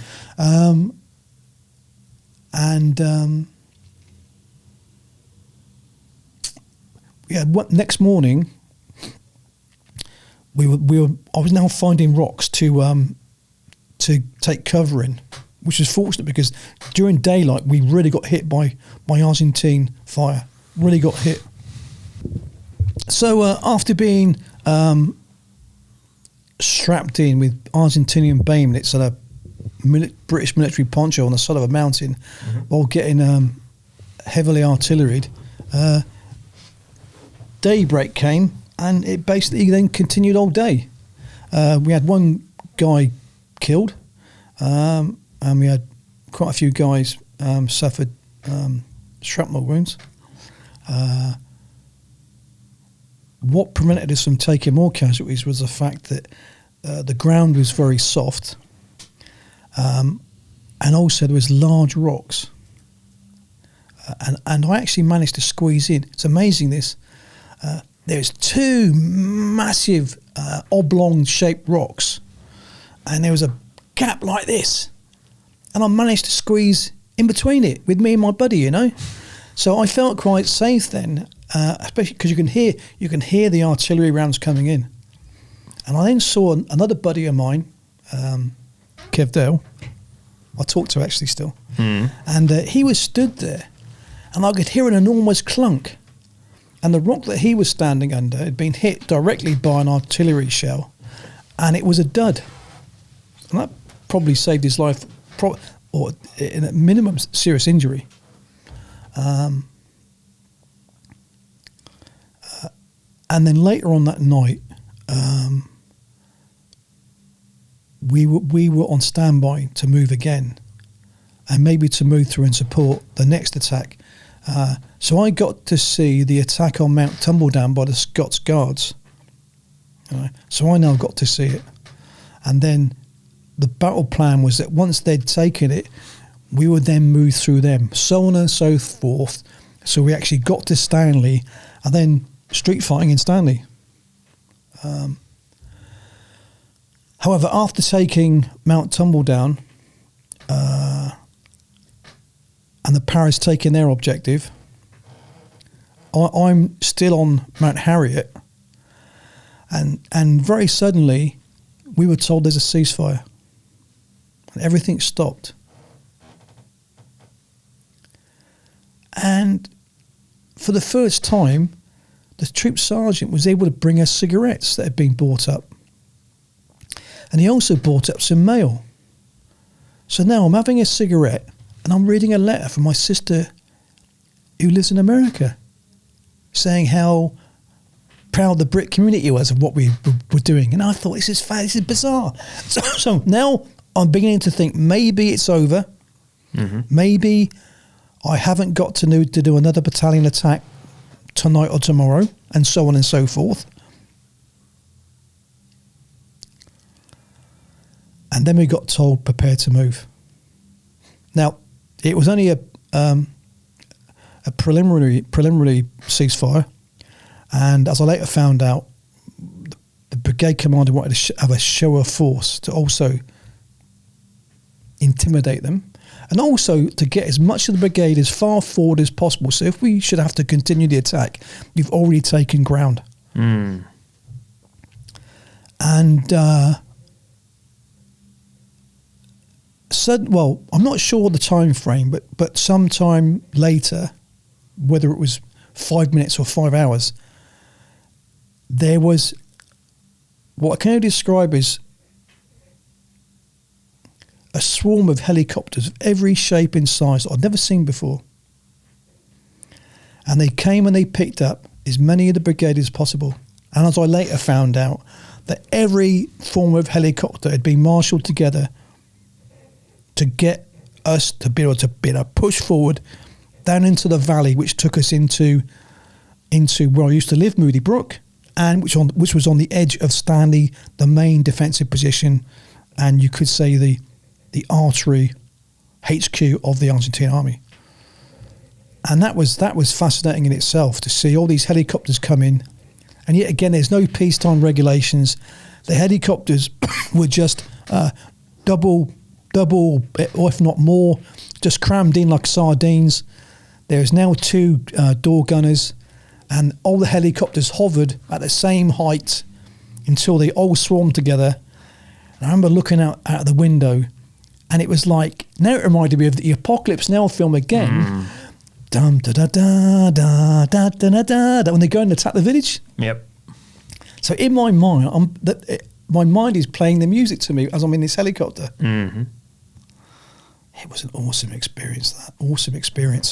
And they dropped us off a few kilometres down the valley. We then did our normal drills, debust, or in defence, and then patrolled as a unit into Stanley. I couldn't believe it. Going down the valley, we saw lots of Argentinian gun emplacements, dead bodies. We saw Argentinians, some dead bodies going into Stanley where they'd just been left in the street, you know. We had to be careful because they'd still mined lots of the areas, so we stuck to the path. And we found this massive old shed. And the company, and this has obviously been pre-planned when we moved into this old shed. Mm. And it was now the first time undercover in 3 weeks or 4 weeks. First time undercover. And by cover, I mean just a basic roof. Mm-hmm. It was a tin building. And the building had also been hit by a bomb, or a nearby bomb, because it was just completely with frag holes. But I didn't care. It was a roof. We managed to find from somewhere some fuel, some coal actually, some old fuel drums, which we made into, we call braziers, so fires, and we had some sort of heating. And it was just marvellous. And I actually was starting to dry out my sleeping bag.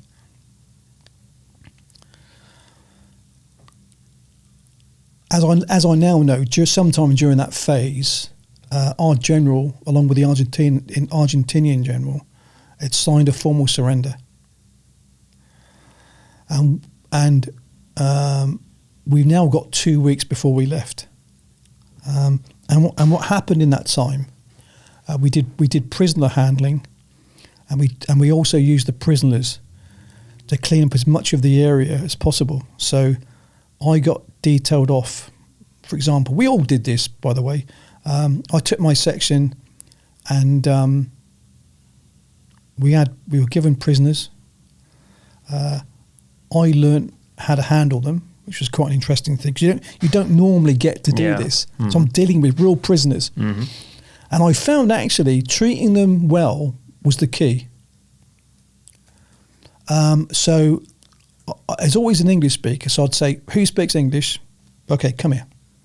Stand next to me. What I say, tell them. And I also started to discover their hierarchy. Because anybody with any NCO rank didn't do any work. Mm. Well, that's what they thought they were entitled to. Mm. I used it to my advantage. So I said, look, we've got to do this, we've got to clean this, we've got to move this. And he repeated it. And then he told me about these NCOs who said they shouldn't do it because they are NCOs. And I could have said to them, nope, you're going to do it the same. You're not an officer. The rules say that you do it. But the penny dropped, as I say, and I got them together. And I said, okay, what I want you to do, your NCOs, supervise your men in the cleanup. And they worked so hard for me, you know. And the company commander was watching me do this. And he was like, oh, that's superb. And I quite enjoyed it, actually. It's called man management. Mm-hmm. So I had my one controller, my NCOs working for me, and they wanted to show me how good they were, and they were making their own men work really hard. But I was in control, mm-hmm. and they're now POWs. Mm-hmm. I'm not going to abuse them. Yeah, they're just soldiers who lost. You know, mm-hmm. Simple as that. You know, I've got no animosity towards them whatsoever. They did what they thought was right. I did what I thought was right. So one of them came up to me, the NCO came up to me and said, "We got no food." Yet again, the poor leadership from the top, from their senior leadership. And I said to them, I went to my sergeant major, because yet again, that's the system. So I went to our sergeant major. Sergeant major, who's going to feed these people? And he said, "Well, we haven't got any food." So I went back to the Argentinian who asked me about this, and he's probably one of the senior sergeants there. I said, "Where is your food?" And he actually showed me a container. He said, we got food in that store. So I found the container, smashed it open, and I found it just absolutely full up of luxury goods. So I took out some big tins of meat, gave them the tins of meat, got the Sergeant Major. "Sergeant Major, I think you might be interested in this." So we were eating quite well after that, you know. And we also had cigarettes. They complained about not having enough food, or we found so much food, so many cigarettes. Now, whether they were having a problem supplying their forward troops, mm-hmm. which they shouldn't have been doing because it wasn't that far, I'm also not convinced about that. That's just an excuse as far as I'm concerned. They had loads of food. They had all the cigarettes. And so now I've got packets and packets of Argentinian fake American cigarettes, you know, in my own day sack, you know, which I didn't really need, but it just felt comfortable after being deprived. That I've got hundreds of cigarettes in my backpack, you know. So how did it feel at that time? Did you feel like that? Hey, we have won in some way, or we were victorious? That's a good question. You know, it's a very good question. I just felt happy to be alive. I don't know if that's what victory is. I was happy to be alive. I was happy to know that unless something unfortunate happens, I'm going home. So I now was able to unlock the mind lock and think about the future. And that happened I can now think about the future. So for me, that is what happened to me. It was obviously an elation, but an elation of not victory, but I'm hopefully going to go home and see my friends and my family again. And again, what's important is if I knew that if I died, you'd die. I don't want to die, but I accepted it. What I was worried about was how it would affect my parents, because I knew that my father, after surviving World War II, to see one of his sons die in a war, it would really cripple him.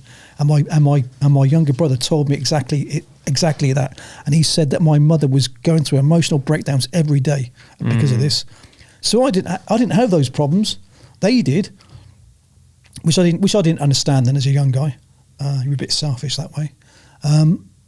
So I don't think there was any sense of victory. There was a sense of the most important thing is we've won. Because that was our mission to job is done. It was our job. We've won. Mm-hmm. That's it. But it wasn't we're the victors, like a football game. It wasn't like a football. It wasn't. Mm-hmm. It wasn't that. It was just they've surrendered. So and I don't know what the word win never came into my mind. They've surrendered. Hopefully, I'm going to go home now. I've got a future. That's, I think, what registered in my mind. And also the other thing was, I'm now gonna get dry. I'm now gonna get dry. I'm now gonna get dry. Oh, it's beautiful. Oh, just basic stuff. Gonna get dry. But I can say this. It is funny actually.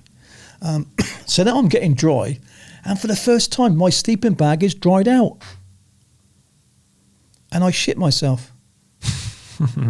That's good. Warm feeling. It was, because what had happened, the Argentinians had shit everywhere. Their field hygiene was terrible. And I really understood this when I got back on board the ship and took my clothes off, because they smelt of shit and piss and other stuff.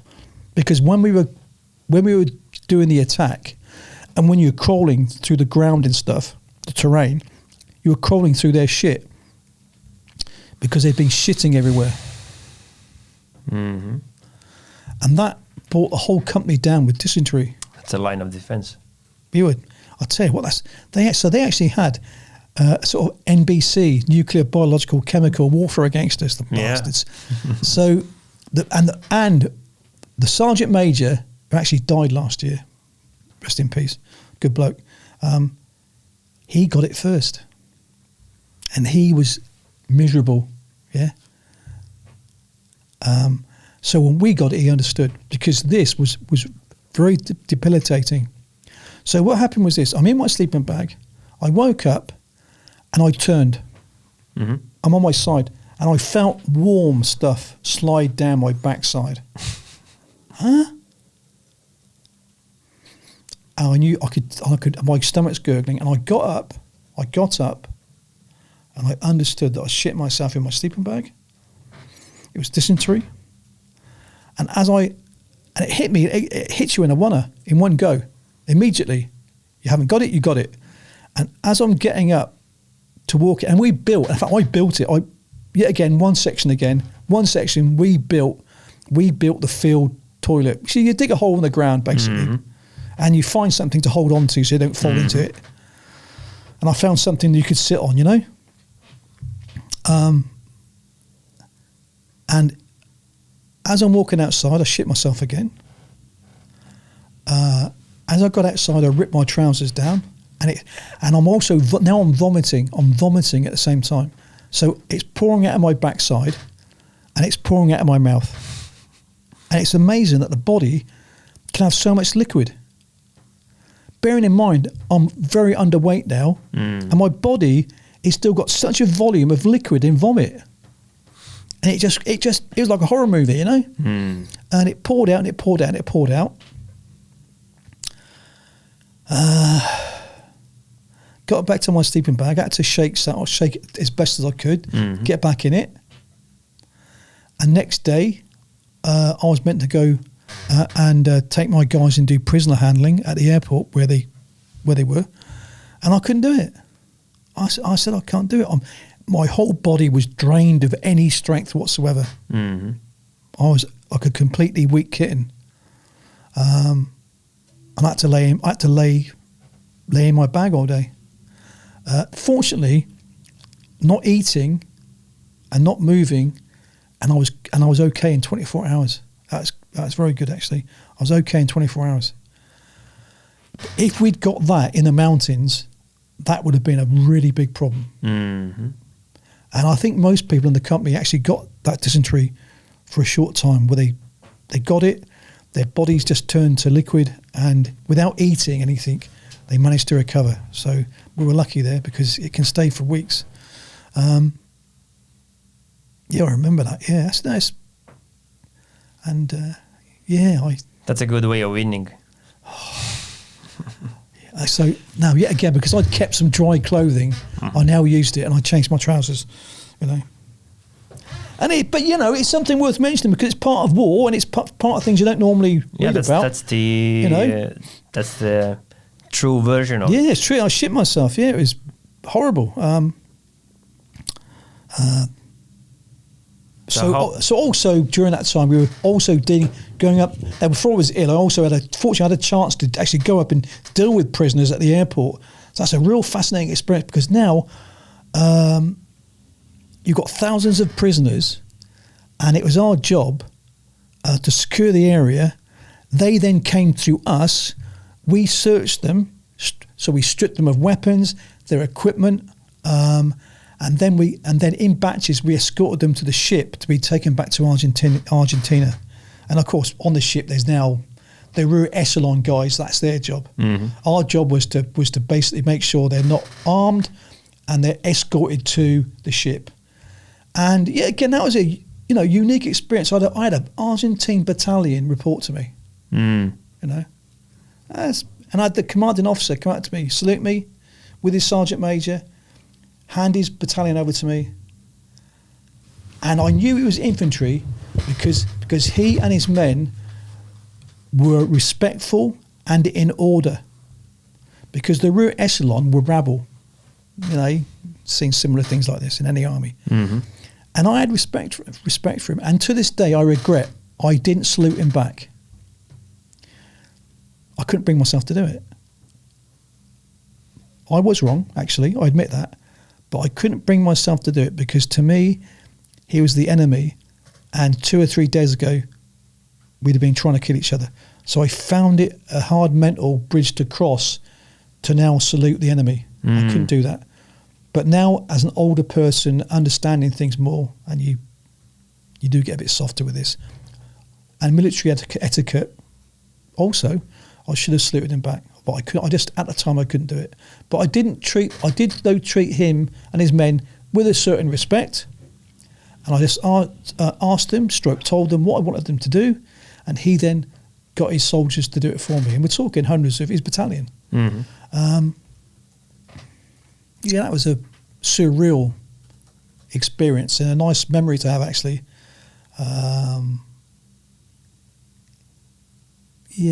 That was interesting. I found soldiers with lots of money on them, and I returned it to them. I'm glad I did that. I only took weapons. Any weapon and equipment.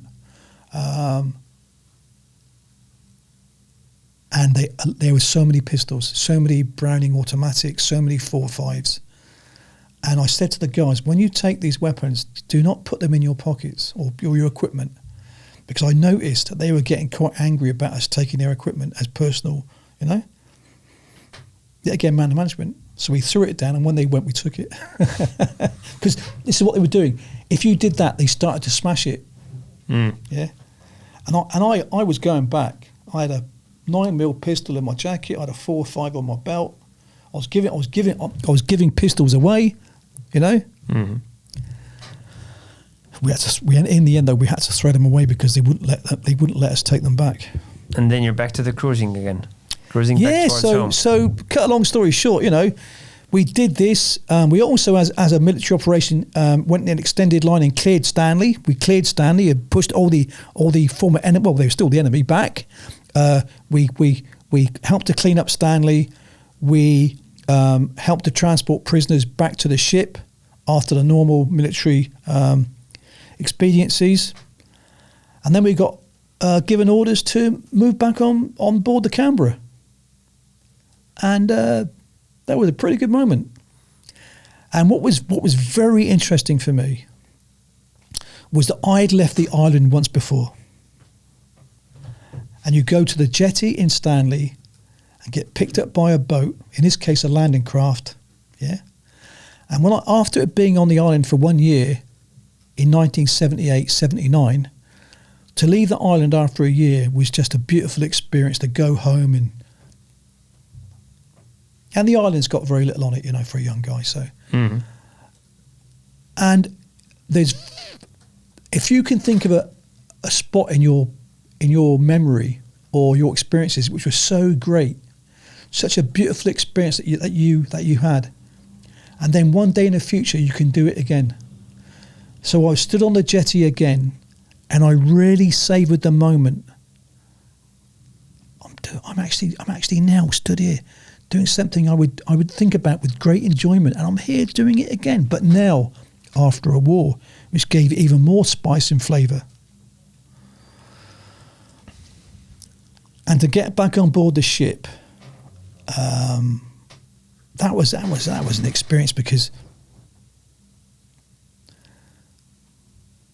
have a shower.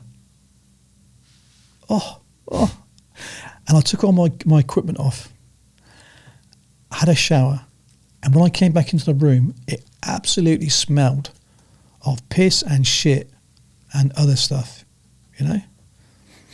My underwear I'd worn that for the complete tour because there's no point changing it. And the socks. So I threw away some stuff. The rest I washed. Now, before I put my uniforms in the washing machine, because yet again, it being a cruise liner, it had washing machines. Mm-hmm. Washing machines.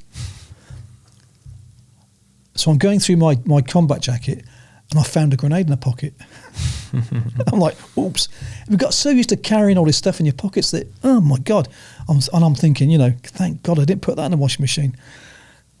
So I thought I just thought I'd open the porthole and throw the grenade out. Not pull the pin, just throw the grenade out, you know? Mm-hmm.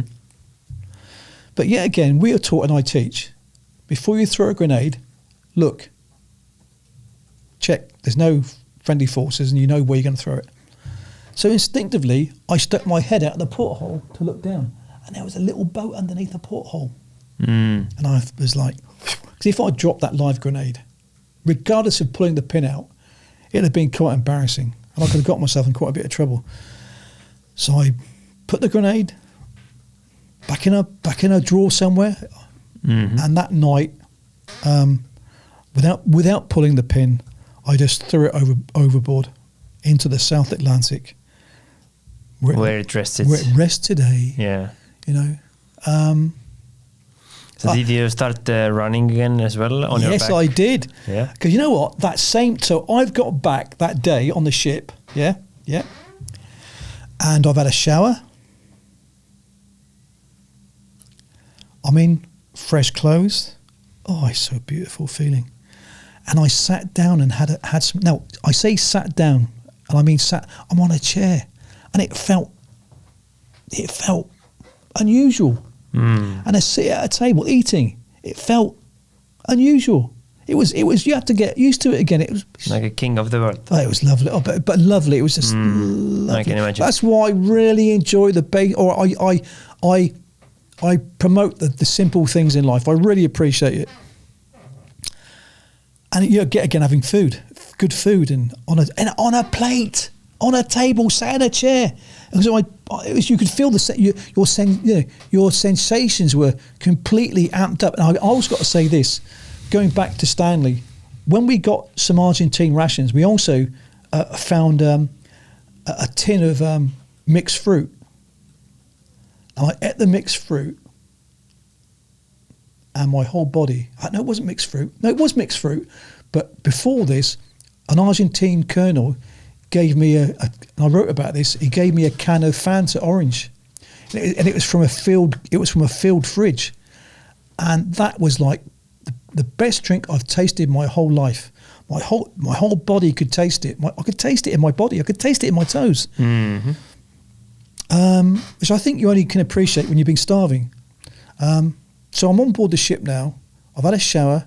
I've had food, and it's about 8 o'clock at night. It's dark, and I went for a 6 mile run.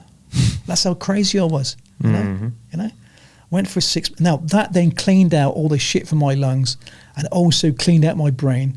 And now I'm like computer reset. That's how I describe. I couldn't have said that then because I didn't think that way. But it was actually like computer reset. I've been for my daily run. I'm clean, and I've got a bed to go to. But laying on that bed was also uncomfortable because I wasn't used to it. And also because my feet had been so cold for so long that I got what I think they call it chilblains. So my feet are now getting properly warm, and certainly there was some sort of element of maybe dead tissue or damaged tissue in my feet, because now my feet are getting properly warm. I'm getting pains in my feet. So I found it uncomfortable now sleeping in a bed that was warm because my feet had started to hurt me. I think before in the cold, they're just like a bit like when you go to a dentist and you get the injection. It took me about 3 days to overcome that. And the dirt in my skin was even there when I got back to UK. It's the interesting thing, right? Like you have ended the war, but the misery comes from a new angle. Yeah, it does. Yeah, it's other things, but I'm not complaining. Yeah, absolutely. I'm not complaining though. I'm just telling you the little things that you know, that the rifle companies in particular. But that's where when you get bothered from it and you start complaining, that's what will ruin your mind. Yeah, and I don't like that. You don't complain. I'm not complaining. My feet hurt. I'm on a bed. They're going to recover. I'm glad I got feet. It's about getting the right perspective on things. Yes, it is. The word is perspective. My feet hurt. Why do they hurt? Because they're meant to. Mm-hmm. That's why they hurt. Because they're meant to. Why are you finding it uncomfortable on a warm bed? Because my body hasn't got used to it again. It's like why soldiers fight in war? Because they're meant to. Yeah. That's what men do. Yeah. And that's how we get back home, right? Just call me old-fashioned, you know? Yep. But that's the truth. Yeah, it's the truth, yeah. So now we're back at home, and I think that's where we will start, or end, this time. Well, I've got to finish by saying that, go on. That up until recently, I never thought about it much. I certainly don't talk about it to anybody, although I talked about it with Steve, as I said, more recently. I have talked about it when I train soldiers. If it's relevant to the situation, why not? It can, you know. And for example, I always used to use that story about the fighting patrol, because the reason we got so close to the enemy was because we saw the sentry, and the sentry didn't do anything. So he'd not been briefed properly, not been taught properly what to do when you see the enemy. You don't just look at him and go, duh. Thank you for that, though. Thank you that you did. Because they saw us in the open ground, and they could have brought down machine gun and artillery fire onto us in the open, and we would have been hammered. It's what we would have done. Yeah, I love the story. I love the way how it resonates in many ways, what we teach as well, in terms of taking ownership of things, not complaining, not looking for excuses, just owning it up and making things happen. Yeah, exactly, yeah. And that's how that's a, for lack of a better word, glass half full mentality. It is, absolutely. And it's not so a lesson for soldiers, it's a lesson for anybody. Absolutely. And that's why I hate this victim mentality and complaining attitude that seems to have permeated within a certain group of people across the world now, in the West in particular. Mm-hmm. And you just don't understand how lucky you are. I agree. You know. So the Falklands War was something I did. It was just something I did. I don't dwell on it. I don't talk about it to anybody normally. I'm happy to talk to you about it because you're another soldier. And if anybody can get any lessons learned from it, from the podcast, I'm more than happy that they do. Yeah, same here. But if you see me in a bar and I don't know you, I'm not going to talk to you about it. Go away. And we will see what happens when you get back. And there's many things to resonate there for sure as well. Yeah. So when we sort of look forward to is when I get home, go on leave, and then get back to 4-2 Commando, and life goes on. Yep. Because that was just yesterday. And you just to keep running. Keep running. Well, I came back and I then came 26th in the Plymouth Marathon. That's going to be following, right? Yeah. Well, the next year actually, because I missed the first one because we were in the South Atlantic, so I got an excuse for not doing it. But I did the second one and came 26th, which I was quite happy with because I didn't train for it. I just did it. That's a pretty ridiculous result on itself. Well, and I came 10th in the Dartmoor the following year. All right. So I was into it. And this, again, another story for another time. Exactly. Yeah. We will hear about it next time. Yeah. All right. That's it for today. Thank you very much. Thank you, man.